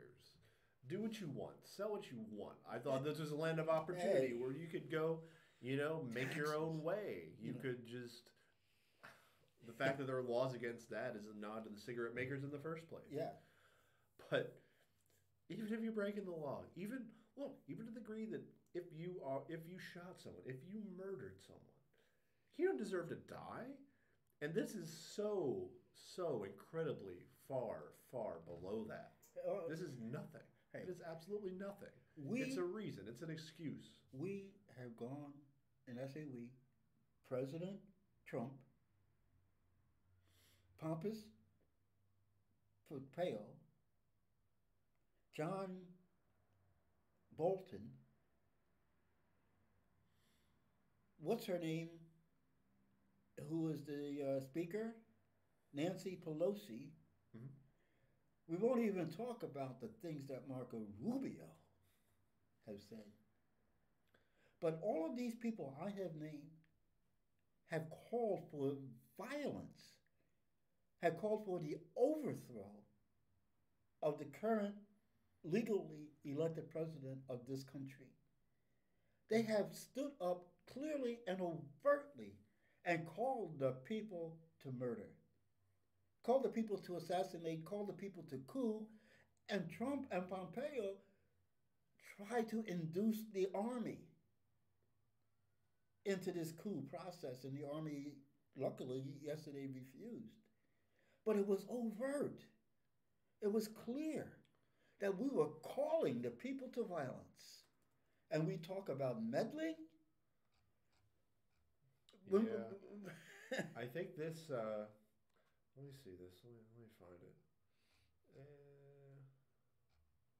Never mind. It just really ties into something we talked about last week, and we talked about for maybe a month now.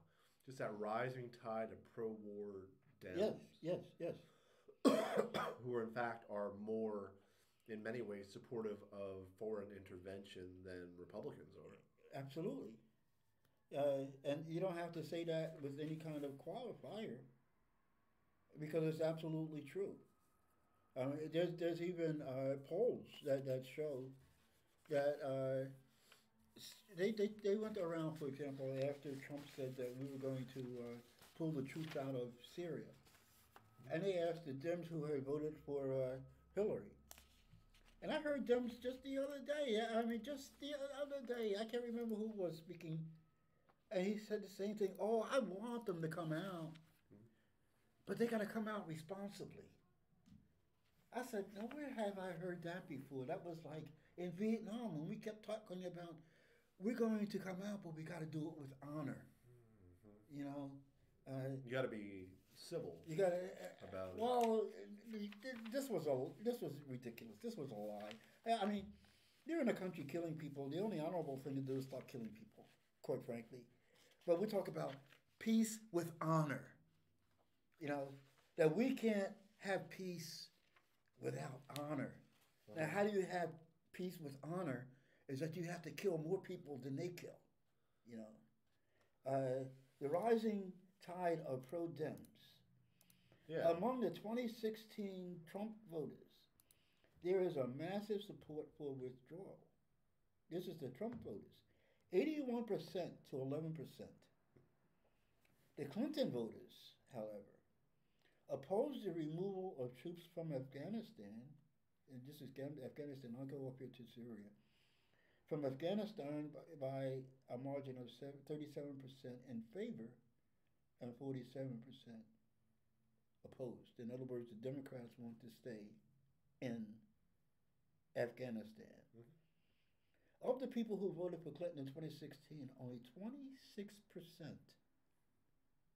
You hear that number? Less than 1/3. 26%, almost 1/5. Support withdrawing troops from Syria. 26% of the Democrats who voted for Clinton would like to have the troops removed from Syria. 59% oppose it. 59% of the Democrats who voted for Clinton want to stay in Syria. Trump voters overwhelmingly support withdrawal by 76% to 14%. And at this point, you don't have a mindset, you don't have a vision, you don't have an ethos. You're just playing political ping pong. We have, there's an article here. How much time do we have? Like 20 minutes. 20 minutes. Yeah. There's an article here that talks about the former President Obama. Oh, it was right below what we were talking about. The Vanity Fair, Hope versus Change. Yeah. Why some Democrats are turning on Obama's legacy. And when I saw that, my first thought was that you were hoping for the best. Yeah. Sorry, man. Yeah. Got me. Yeah. Got me. Mm-hmm. I was hoping that the Democrats were saying, "Oh, we shouldn't have dropped drones 26,000 times in that one year." Come on now. Maybe we should have gone for universal health care.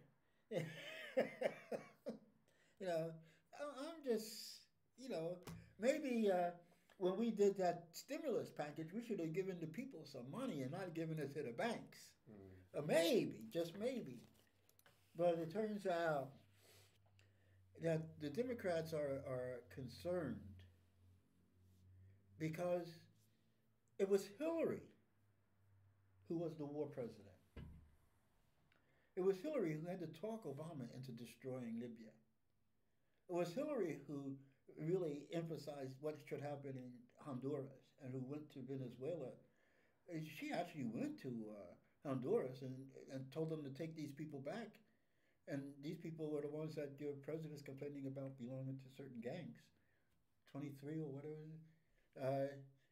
But that Obama did not go far enough. He was too timid in trying to start a war with Russia in Syria.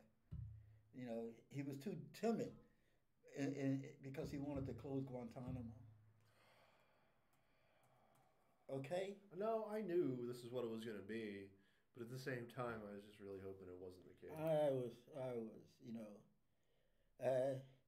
That Obama was timid and therefore not bold on foreign policy.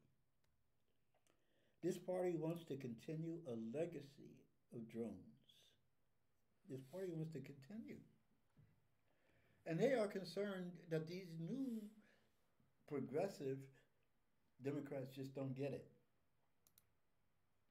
I heard something from screenwriter and producer Aaron Sorkin, so take this as you will. He said that these new young progressive Dems, they're on the right track, but they just need to grow up and get real. I know a lot of ways that people say they should get real. I'll tell you one thing that they should get real about. They should be speaking loudly against war, and they're not. I mean, they have a lot of good ideas, but they're not speaking loudly against war. What a lot of people are saying about them, they just don't know how Congress works, Oh, they're just naive as to what the world, et cetera, et cetera, et cetera. And I say to people, look at the world, please. Do you think that we did well in Iraq? I mean, do you seriously think we are doing a great job in Afghanistan? Do you really truly believe that Libya should have been bombed into the Stone Age? Do you really believe that? Do you really believe that we should start a war with Iran? Is that what you believe? Is that what you really want? You want America, boys and girls, in Syria? With boots on the ground, fighting who? ISIS, Turkey, whoever comes along? Is that what you want? You want another $1 trillion of your wealth squandered in killing people. That's the foreign policy you want?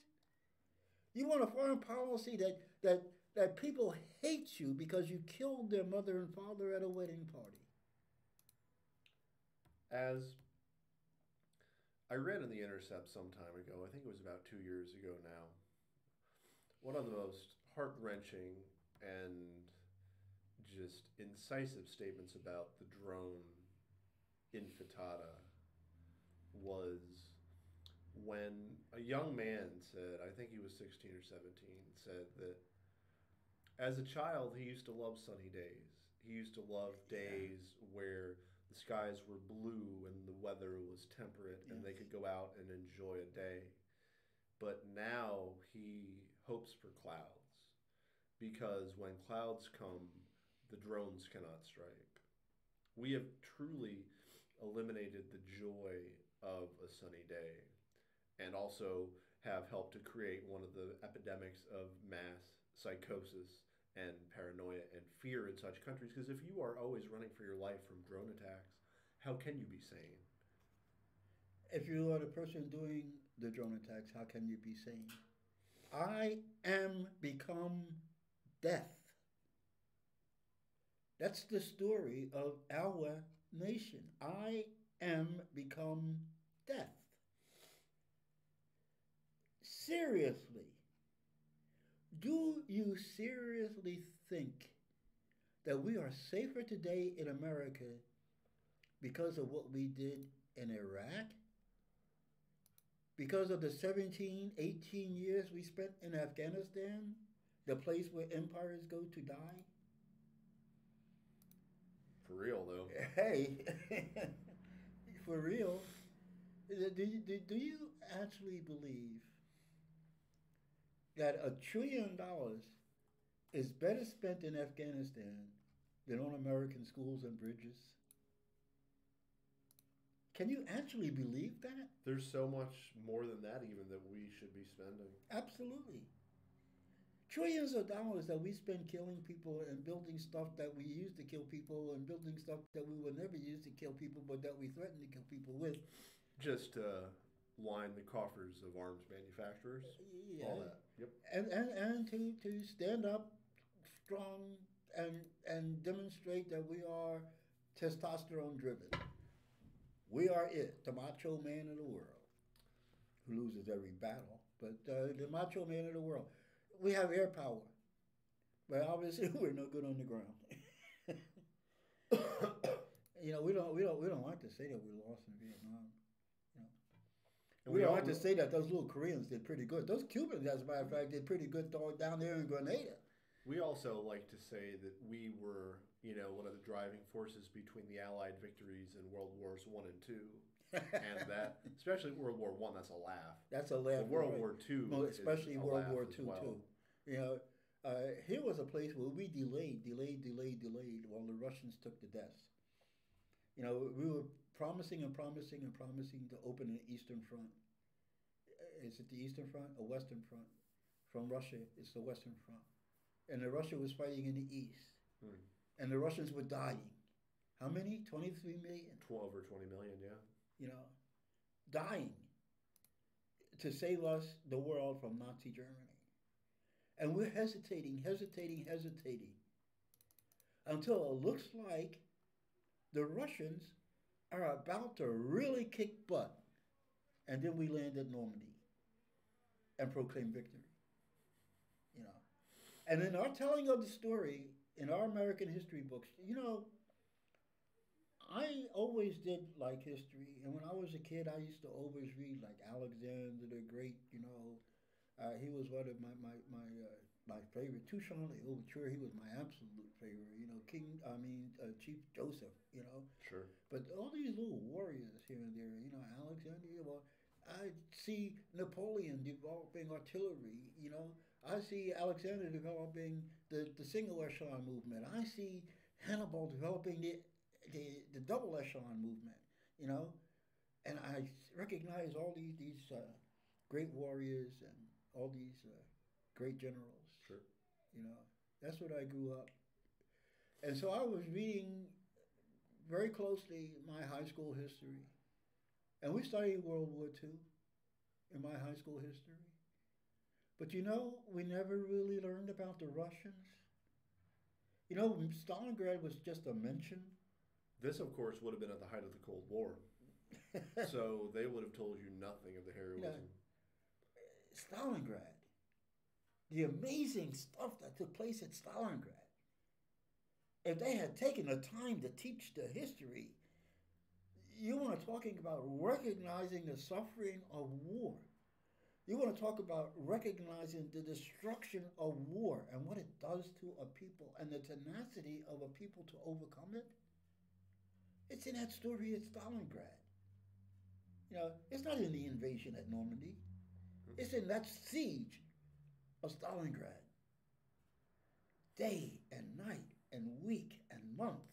How long did it last? Years. Years, yeah, it was years. I think 3 years, if I'm remembering my history. It's At least yeah, 2, yeah. but maybe 3 years. You know, and those people held on. You know, At incredible cost. incredible, incredible cost. I never read a story like that in my Hannibal. You know, I read about 43,000 being killed at Trezimeno, not 23 million. You know, I read of Hannibal sieging a town, and I read about siege weapons and building moats around and all that kind of stuff. And nothing, nothing, nothing in all the history compared to what happened at Stalingrad. And Stalingrad, they did not teach. You know, that's neglect. That's very neglectful. Oh, it's incredibly intentional. It, Very purposeful. but it's a disservice. It was a disservice to me. You know, it's a disservice to me that I should go to school and sit in a classroom and want to know and want to learn and want to know the history of the world, and you lie to me. Or you don't tell me the whole story. Yeah. You know, it's a disservice to me. It's incompetent. What can I say? I mean, Absolutely right. Yeah. Absolutely. So, When a we little have- under 10 minutes. when we have more time, I want to talk about debt. I want to say right here, right now, something that we should all understand. We will never, ever, ever, ever get out of debt. It's impossible. Yeah. It's not possible to get out of debt. Understand that our total debt is $22 trillion right now. And if you go online and look at that clock, you can see it going, you know, you can see it moving, you know, as we speak. Our gross national product, that which sums up all the goods that are made and sold, services sold within the country in that given year, is $22 trillion. Our debt is $22 trillion and rising. Our debt exceeds our GNP. At this present time, our debt is greater than the amount of money that we can make in a year in this country, the amount of goods that we can produce that are marketable, the amount of services that we sell in this country. Oh, yeah. You know, our debt, understand this, for students, 44 million students right now, is 1.4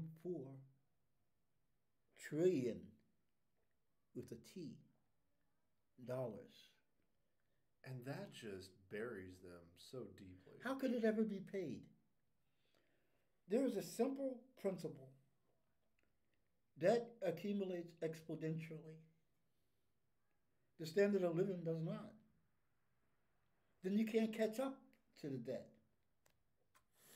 When I was very, very, very young, and I was married at 18, I borrowed $350 from Household Finance Corporation. $300. And I learned a lesson paying that off.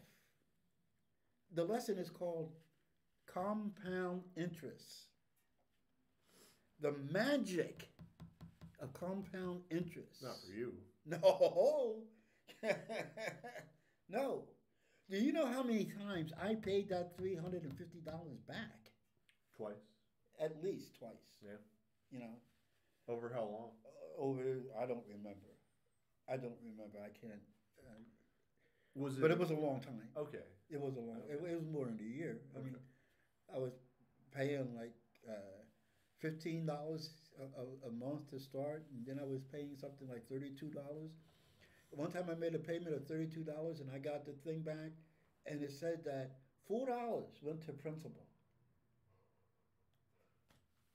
God. You never get ahead. You just This is never the get ahead. point. This is the point exactly. This is what debt is. You know, when we talk about debt, this is how we have to come to understand debt. That's what debt is. Debt, we have a tendency to think, oh, we go and we borrow money from our nice banking guy, and there was a time in our country when the banking guys used to be more or less nice banking guys who lived in your neighborhood and had a local bank up the street and was interested in helping you as a homeowner. There was a time. Yeah. But that's way gone. You know, that's just really gone. Right now, in our country, to service the debt, this is just to service the debt. This is not to pay down the debt. This is just to service the debt. Like I paid that and got $4 paid on the principal. Oh, I'm sorry. I misread that because it's $20 trillion. Our GNP has to still catch up. 22 trillion is our debt. 20 trillion is our GNP. Oh, that's what you said. I thought I said 22. I made a mistake. No, okay. anyway. So, 0.5 trillion. That's 500 billion. That's how much we pay to service our debt and rising. In other words, next year we'll pay more than 500 billion to service our debt. No wonder no one wants us to pay it off. Why? It's $500 billion for free. You got guaranteed income for the rest of your life, your children's lives, your grandchildren's lives, forever. Yeah. You know, we have attitudes about debt because the attitudes are given us by those people who are the debt collectors, the people who get you in debt, the people who want you to stay in debt. Yeah. You know, and they make the rules, and they make the laws. When I was at the Pennsylvania Human Relations Commission and I was in housing, it occurred to me over and over and over again. I look at somebody, they buy $100,000 house, and they're paying $240,000 back, and that's just a regular loan. You know, it's a grift. It's a Ponzi scheme. You know, how else can you explain it? It's a scam. You know, it's all those things. And they got it all set up. I mean, I had cases where people say, for example, human relations means that we take complaints about people who are being discriminated against because of their color, because of their religion, because, you know, of their sex. Yeah. But these certain companies would go up into New York and they would go into Latino or black neighborhoods and they would very specifically channel their appeal to these particular groups to come to the Poconos and buy these homes. Uh-huh. Oh boy. Yep. And as soon as they get the person committed, it will just astound you the number of fees that these people had to pay just to keep processing that loan. And I'm looking at these things, these things are scams. That's the point. They call them up and say, we need another $1,000 because we have to do such and such. And they have to run down from New York with $1,000 before they take the next step. And they were specific to go to people who let's say they had means but not opportunity.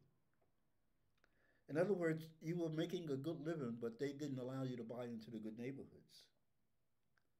So these people come from the Poconos, from the good neighborhoods, where they got certain places that they're transferring the look. Oh yeah. Oh yeah. You know, and they make these incredible scam schemes to sell these people because these people are trying to better themselves.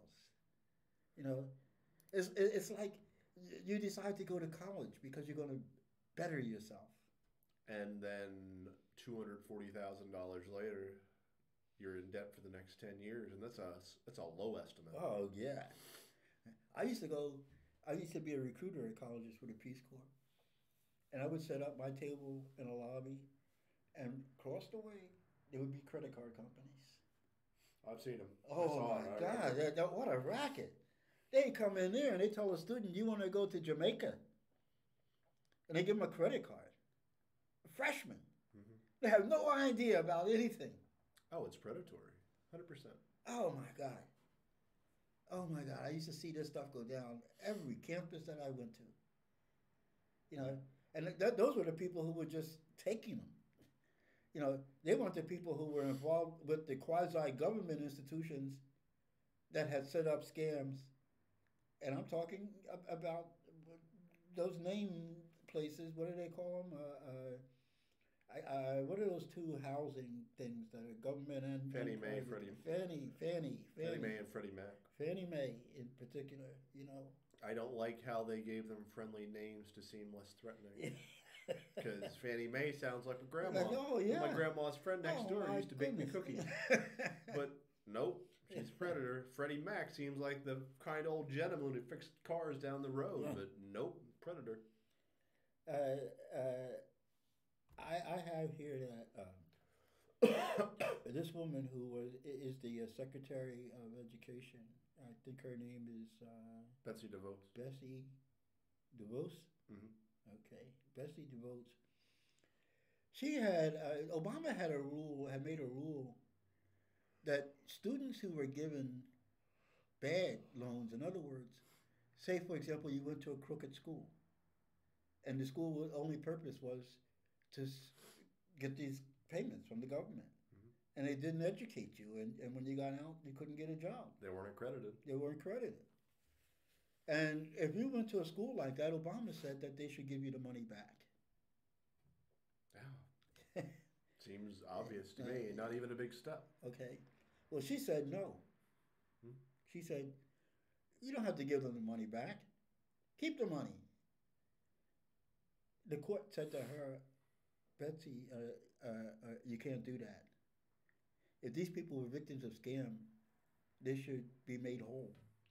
It's just a scam, but that's what I and my family have done my whole lives. Yeah. Yeah. That's just doing business. That's the cost of doing business, court. Okay. Yep. But understand, this has an attitude. I mean, listen, ladies and gentlemen, if she were the only problem, it wouldn't be a problem. These scams were set up long before she arrived on the scene. And she just has a particular attitude in a specific instance where there could be some relief. Now, here, listen to how your government had decided that they would pay back these loans. First of all, the government was not going to come and knock on your door and say, I see you took a bad loan. It was for $20,000. Here, I'm going to write you a check for $20,000. Now you're made whole. Go on to the next house. Uh-huh. Okay? So how are they going to do it? They say, you have to apply for this money. You have to fill out an application for this money that has all these awkward sentences. And if you don't understand what this one means and you do something technically wrong on that line, then your whole application is thrown out. Mm-hmm. We don't have somebody who sits down with you and works out that application because you were a victim. No, you have to take this application and bring it and present it. there are these very diametric attitudes of wanting to help someone despite the mistakes they may have, and wanting to, it's much like the parole system now, wanting to violate someone or wanting someone to fail by trying to trip them up. And I think it's attitudes you see pretty often. And it's clear what Betsy DeVos is trying to put forward. Okay. Trying to trip people up. Now this is the loan forgiveness program. 44 million students in debt. In 2007, they established a program where these students could get some relief. How could they get some relief? Well, if you work as a social worker, if you work in social services, if you are teaching, if you're a first responder, if you're in some of these jobs that society needs, Sure. then you're going to be considered for relief. Okay? So that means that everybody, first of all, is not even eligible to apply. You have to be in one of these specific kinds of jobs and circumstances. Okay? You also have to have had a student loan for 10 years that you paid on regularly. Don't go to them if you missed a few payments here and there. I would say don't go to them if you missed one. Okay. All right. And then what? Okay. You can apply for loan forgiveness, and 28,000 students, ex-students, have applied. 99%. Did I say 99%? Yeah, I meant to say 99%. Yep. Were rejected. Refused. Rejected for one reason or another. And they've been paying for 10 years. And they're first-time responders. They're first responders. But for some reason, they get rejected. So the Fed says, well, it's because we don't pay it. We hire people to pay it. We hire subcontractors. Okay. So. And we pay them to pay it. Okay. That sounds. But they don't pay it because they make more money not paying it. No. So you actually contract this out to people who will cheat the people. It's systemic obfuscation. Okay. So you don't have guidelines for these people. And you don't tell people what kind of a job is a social service job, so you can reject them on the basis, well, this job doesn't fit that category. Okay? So they say, here's what we will do. Congress has approved $280 million. Did I say $280 million? Well, that's a lot of money, right? I meant to say $280 million. Yeah. But the student loan debt is $1.4 trillion. There's a little difference. Yep. So obviously you're going to have more people asking for this money than people that you can give the money back to. So the government came up with a rule. First come, first served. If you come in and money runs out, that's tough, whatever. Okay? Now, this is your government with its attitude about student debt. So how come it always seems that the winners are the ones who want to disenfranchise the people? How come they're always the ones who seem to win? Well, because most of what we do is a scheme or a scam one way or another. And if it doesn't start out that way, it becomes that way. Most of our financial activity during this period of financialization is nothing but Ponzi schemes. Yeah. Most of these hedge funds and all these different schemes that we have come up with are nothing but scams in order to just, it's a scheme to keep the money or accumulate money. There's never any intention of fairness or fair distribution or any of those things. Those are not consideration. Of course. It's how to get, keep. And most of it, like I said before, is a Ponzi scheme. And for example, even the Wall Street market is a Ponzi scheme. How? If you have a IPO, look at some of those IPOs. Look at some of those IPOs. They come out on the market and they're a company that has 200 million in assets, and when they make their initial public offering, all of a sudden they're an $800 billion company. Where'd that come from? That's made up. It's a magic of the market. Yeah. You know, that's not even real. So who makes the money on that? Of course, the people who are in there initially. Because subsequently, the devaluation, the people who come after you will never make money. The only value that a stock has is the value that you're willing to pay. It has no intrinsic value. What value is there in a stock? You know, it's that you could get some fool to buy it at that price. Okay. And you got to be smart enough to know when to let go. There's your problem right there. You know, but we're not talking about people making money because of their great creativity or their great labor or their sweat off their brow or, you know, the work that they do. We're talking about people who go to school and learn some math and learn some algorithms and put together a scheme.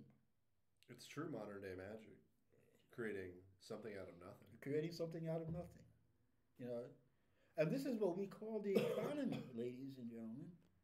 And it's worth nothing. You know, we are printing money that's worth nothing. It used to be based on a standard, a gold standard, you know. But then we decided that we would go to fiat money. And what is fiat money? It's money that we print. What is it based on? It's based on nothing. It's based on that we print it. And what does it say on the back of a dollar? It says, in God we trust. So, yeah. It also says that this bill may be exchanged for another one of equal value. It used to be that you can exchange it for that much gold. Now, the only thing you can trade a dollar for is another dollar. So you trade worthless for worthless. I mean, worth is always determined by what people believe it's worth. By assumption. Yeah. You buy the dollar because you trust the government. When you get down to being a Venezuela and they tell you that they're going to keep your money, you can't get your money back, you can't get this, and you can't settle this with the IMF and so forth and so forth, then Venezuela looks around and they're looking at something called Bitcoin. They're looking to get off the dollar. Because when your gallon of milk costs you $800, yes, you're not going to pay that for a gallon of milk. Right. So you have a lot of places around the world because of these schemes, scams, and because of the audacity of the American Reserve dollar market. A lot of people are moving away from the reserve dollar. Yeah. Some are moving towards digital currency. Some are moving towards their own currency. Some are doing both. China and Russia are buying up all the gold. You know, they're making they're hedging it on gold. You know, China knows this. It owns, I don't know how many $1 trillion in American debt. They know if they try to collect that debt, America will default. So while they have some value in those dollars, they're taking and converting them to gold. On all these debts that we are talking about in America, ultimately they will be defaulted because debt cannot be paid. When we come back and we talk about this again, I want to talk about what I'm reading and forgive them their debts. About 2500 BC, about societies exercising jubilee, about debt forgiveness, and about the wisdom of these ancients who understood what we're talking about. The theory of exponentiality, the magic of compound interest. And they know that ultimately it destroys a society.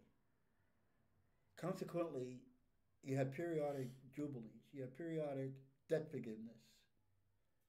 Now, understand that if I were a business and I owed another business a debt, that debt would not be canceled, business to business. Mhm. But if I was a common person and I owed the business a debt, that debt would be canceled. If I was a common person and I gave you my slave or my wife or my child to because I am in debt to you, that slave, that wife, that child will be returned. If I am in debt and therefore you have use of my land would be returned and you have no longer use of it. Debt was forgiven and society had a chance to start all over again, to rejuvenate itself, and everybody having an opportunity for quality existence. Because they knew that as long as it went on and debt accumulates, that you end up with a polarized society in which there is such inequality that the people on the bottom have absolutely no opportunity for quality life. This is 2500 BC that we understood this as human beings, as people living in society. This is what we have overcome in the invention and use of this system, the capitalist system that we use today, and certainly when it was reinvigorated following the Powell Memorandum, when they decided that they were going to pretend and exercise on everybody that there's such a thing as a free market. Sounds good. I look forward to it. But at this time, we're out of time, and I'm also exhausted, and I feel like crap, so Yeah, we gotta go. yeah, okay. All right, we have We a lot should, left, of course. We but- got a lot less. We got teacher strikes all over the place. Colorado now. Yeah. We never did talk about America, the farewell tour, Chris Hodges. The United States did warn Israel about doing business with China, you know, and I want to go over and explain this, especially while we're dealing with China, that China did not steal our intellectual property. Now, I know that you hear every day that the reason that we're holding all this animosity towards China is because they steal our intellectual property. No, excuse me, but American firms entered into agreements with China to give them their intellectual property in order to do business. We gave it to them because we wanted to make a lot of money in China. And the Chinese are not stupid. The Chinese say if you want to do business in China, you got to have a Chinese partner. And if you're going to have a partner doing the business, you're sharing intellect. Indeed. You can crumble that cookie any way you want to. But the reason you went to China and went for these deals was to take money out of China from the Chinese and make a lot of money off of the Chinese and off of Chinese labor. And what happened in this process is that the Chinese ain't stupid. The Chinese planned for a long time. They say you can use us now, but in the process of using us, you will teach us. My sister used to do this. My sister told, and I'm done. My sister used to do this. My sister says, I will pay for my lesson. What does she mean by that? The heater goes out. She calls the heating man. He goes down there to fix the heater. She goes down there with him. She asks him what he's doing. She asks him 100 questions while he's in the process of doing it. And the next time the heater goes out with that same problem, she has paid for her lesson. She doesn't have to call the heating man. She has a long-range plan that she will pay up front and learn her lesson and not pay in the future. That's what China did to us. It's smart. That's what China did to us. We do that. Because we're a short-term people. We're just interested in short-term money and short-term gain. We're a short-term world at this point. Yeah. Yeah, we can't see the next 12 years is going to kill us. Absolutely. So, anyway, it's going to bring us to the end. Thank you for listening and for watching. For Bill Jameson, my name is Justin Geist. This has been Reach Out. Take care, y'all.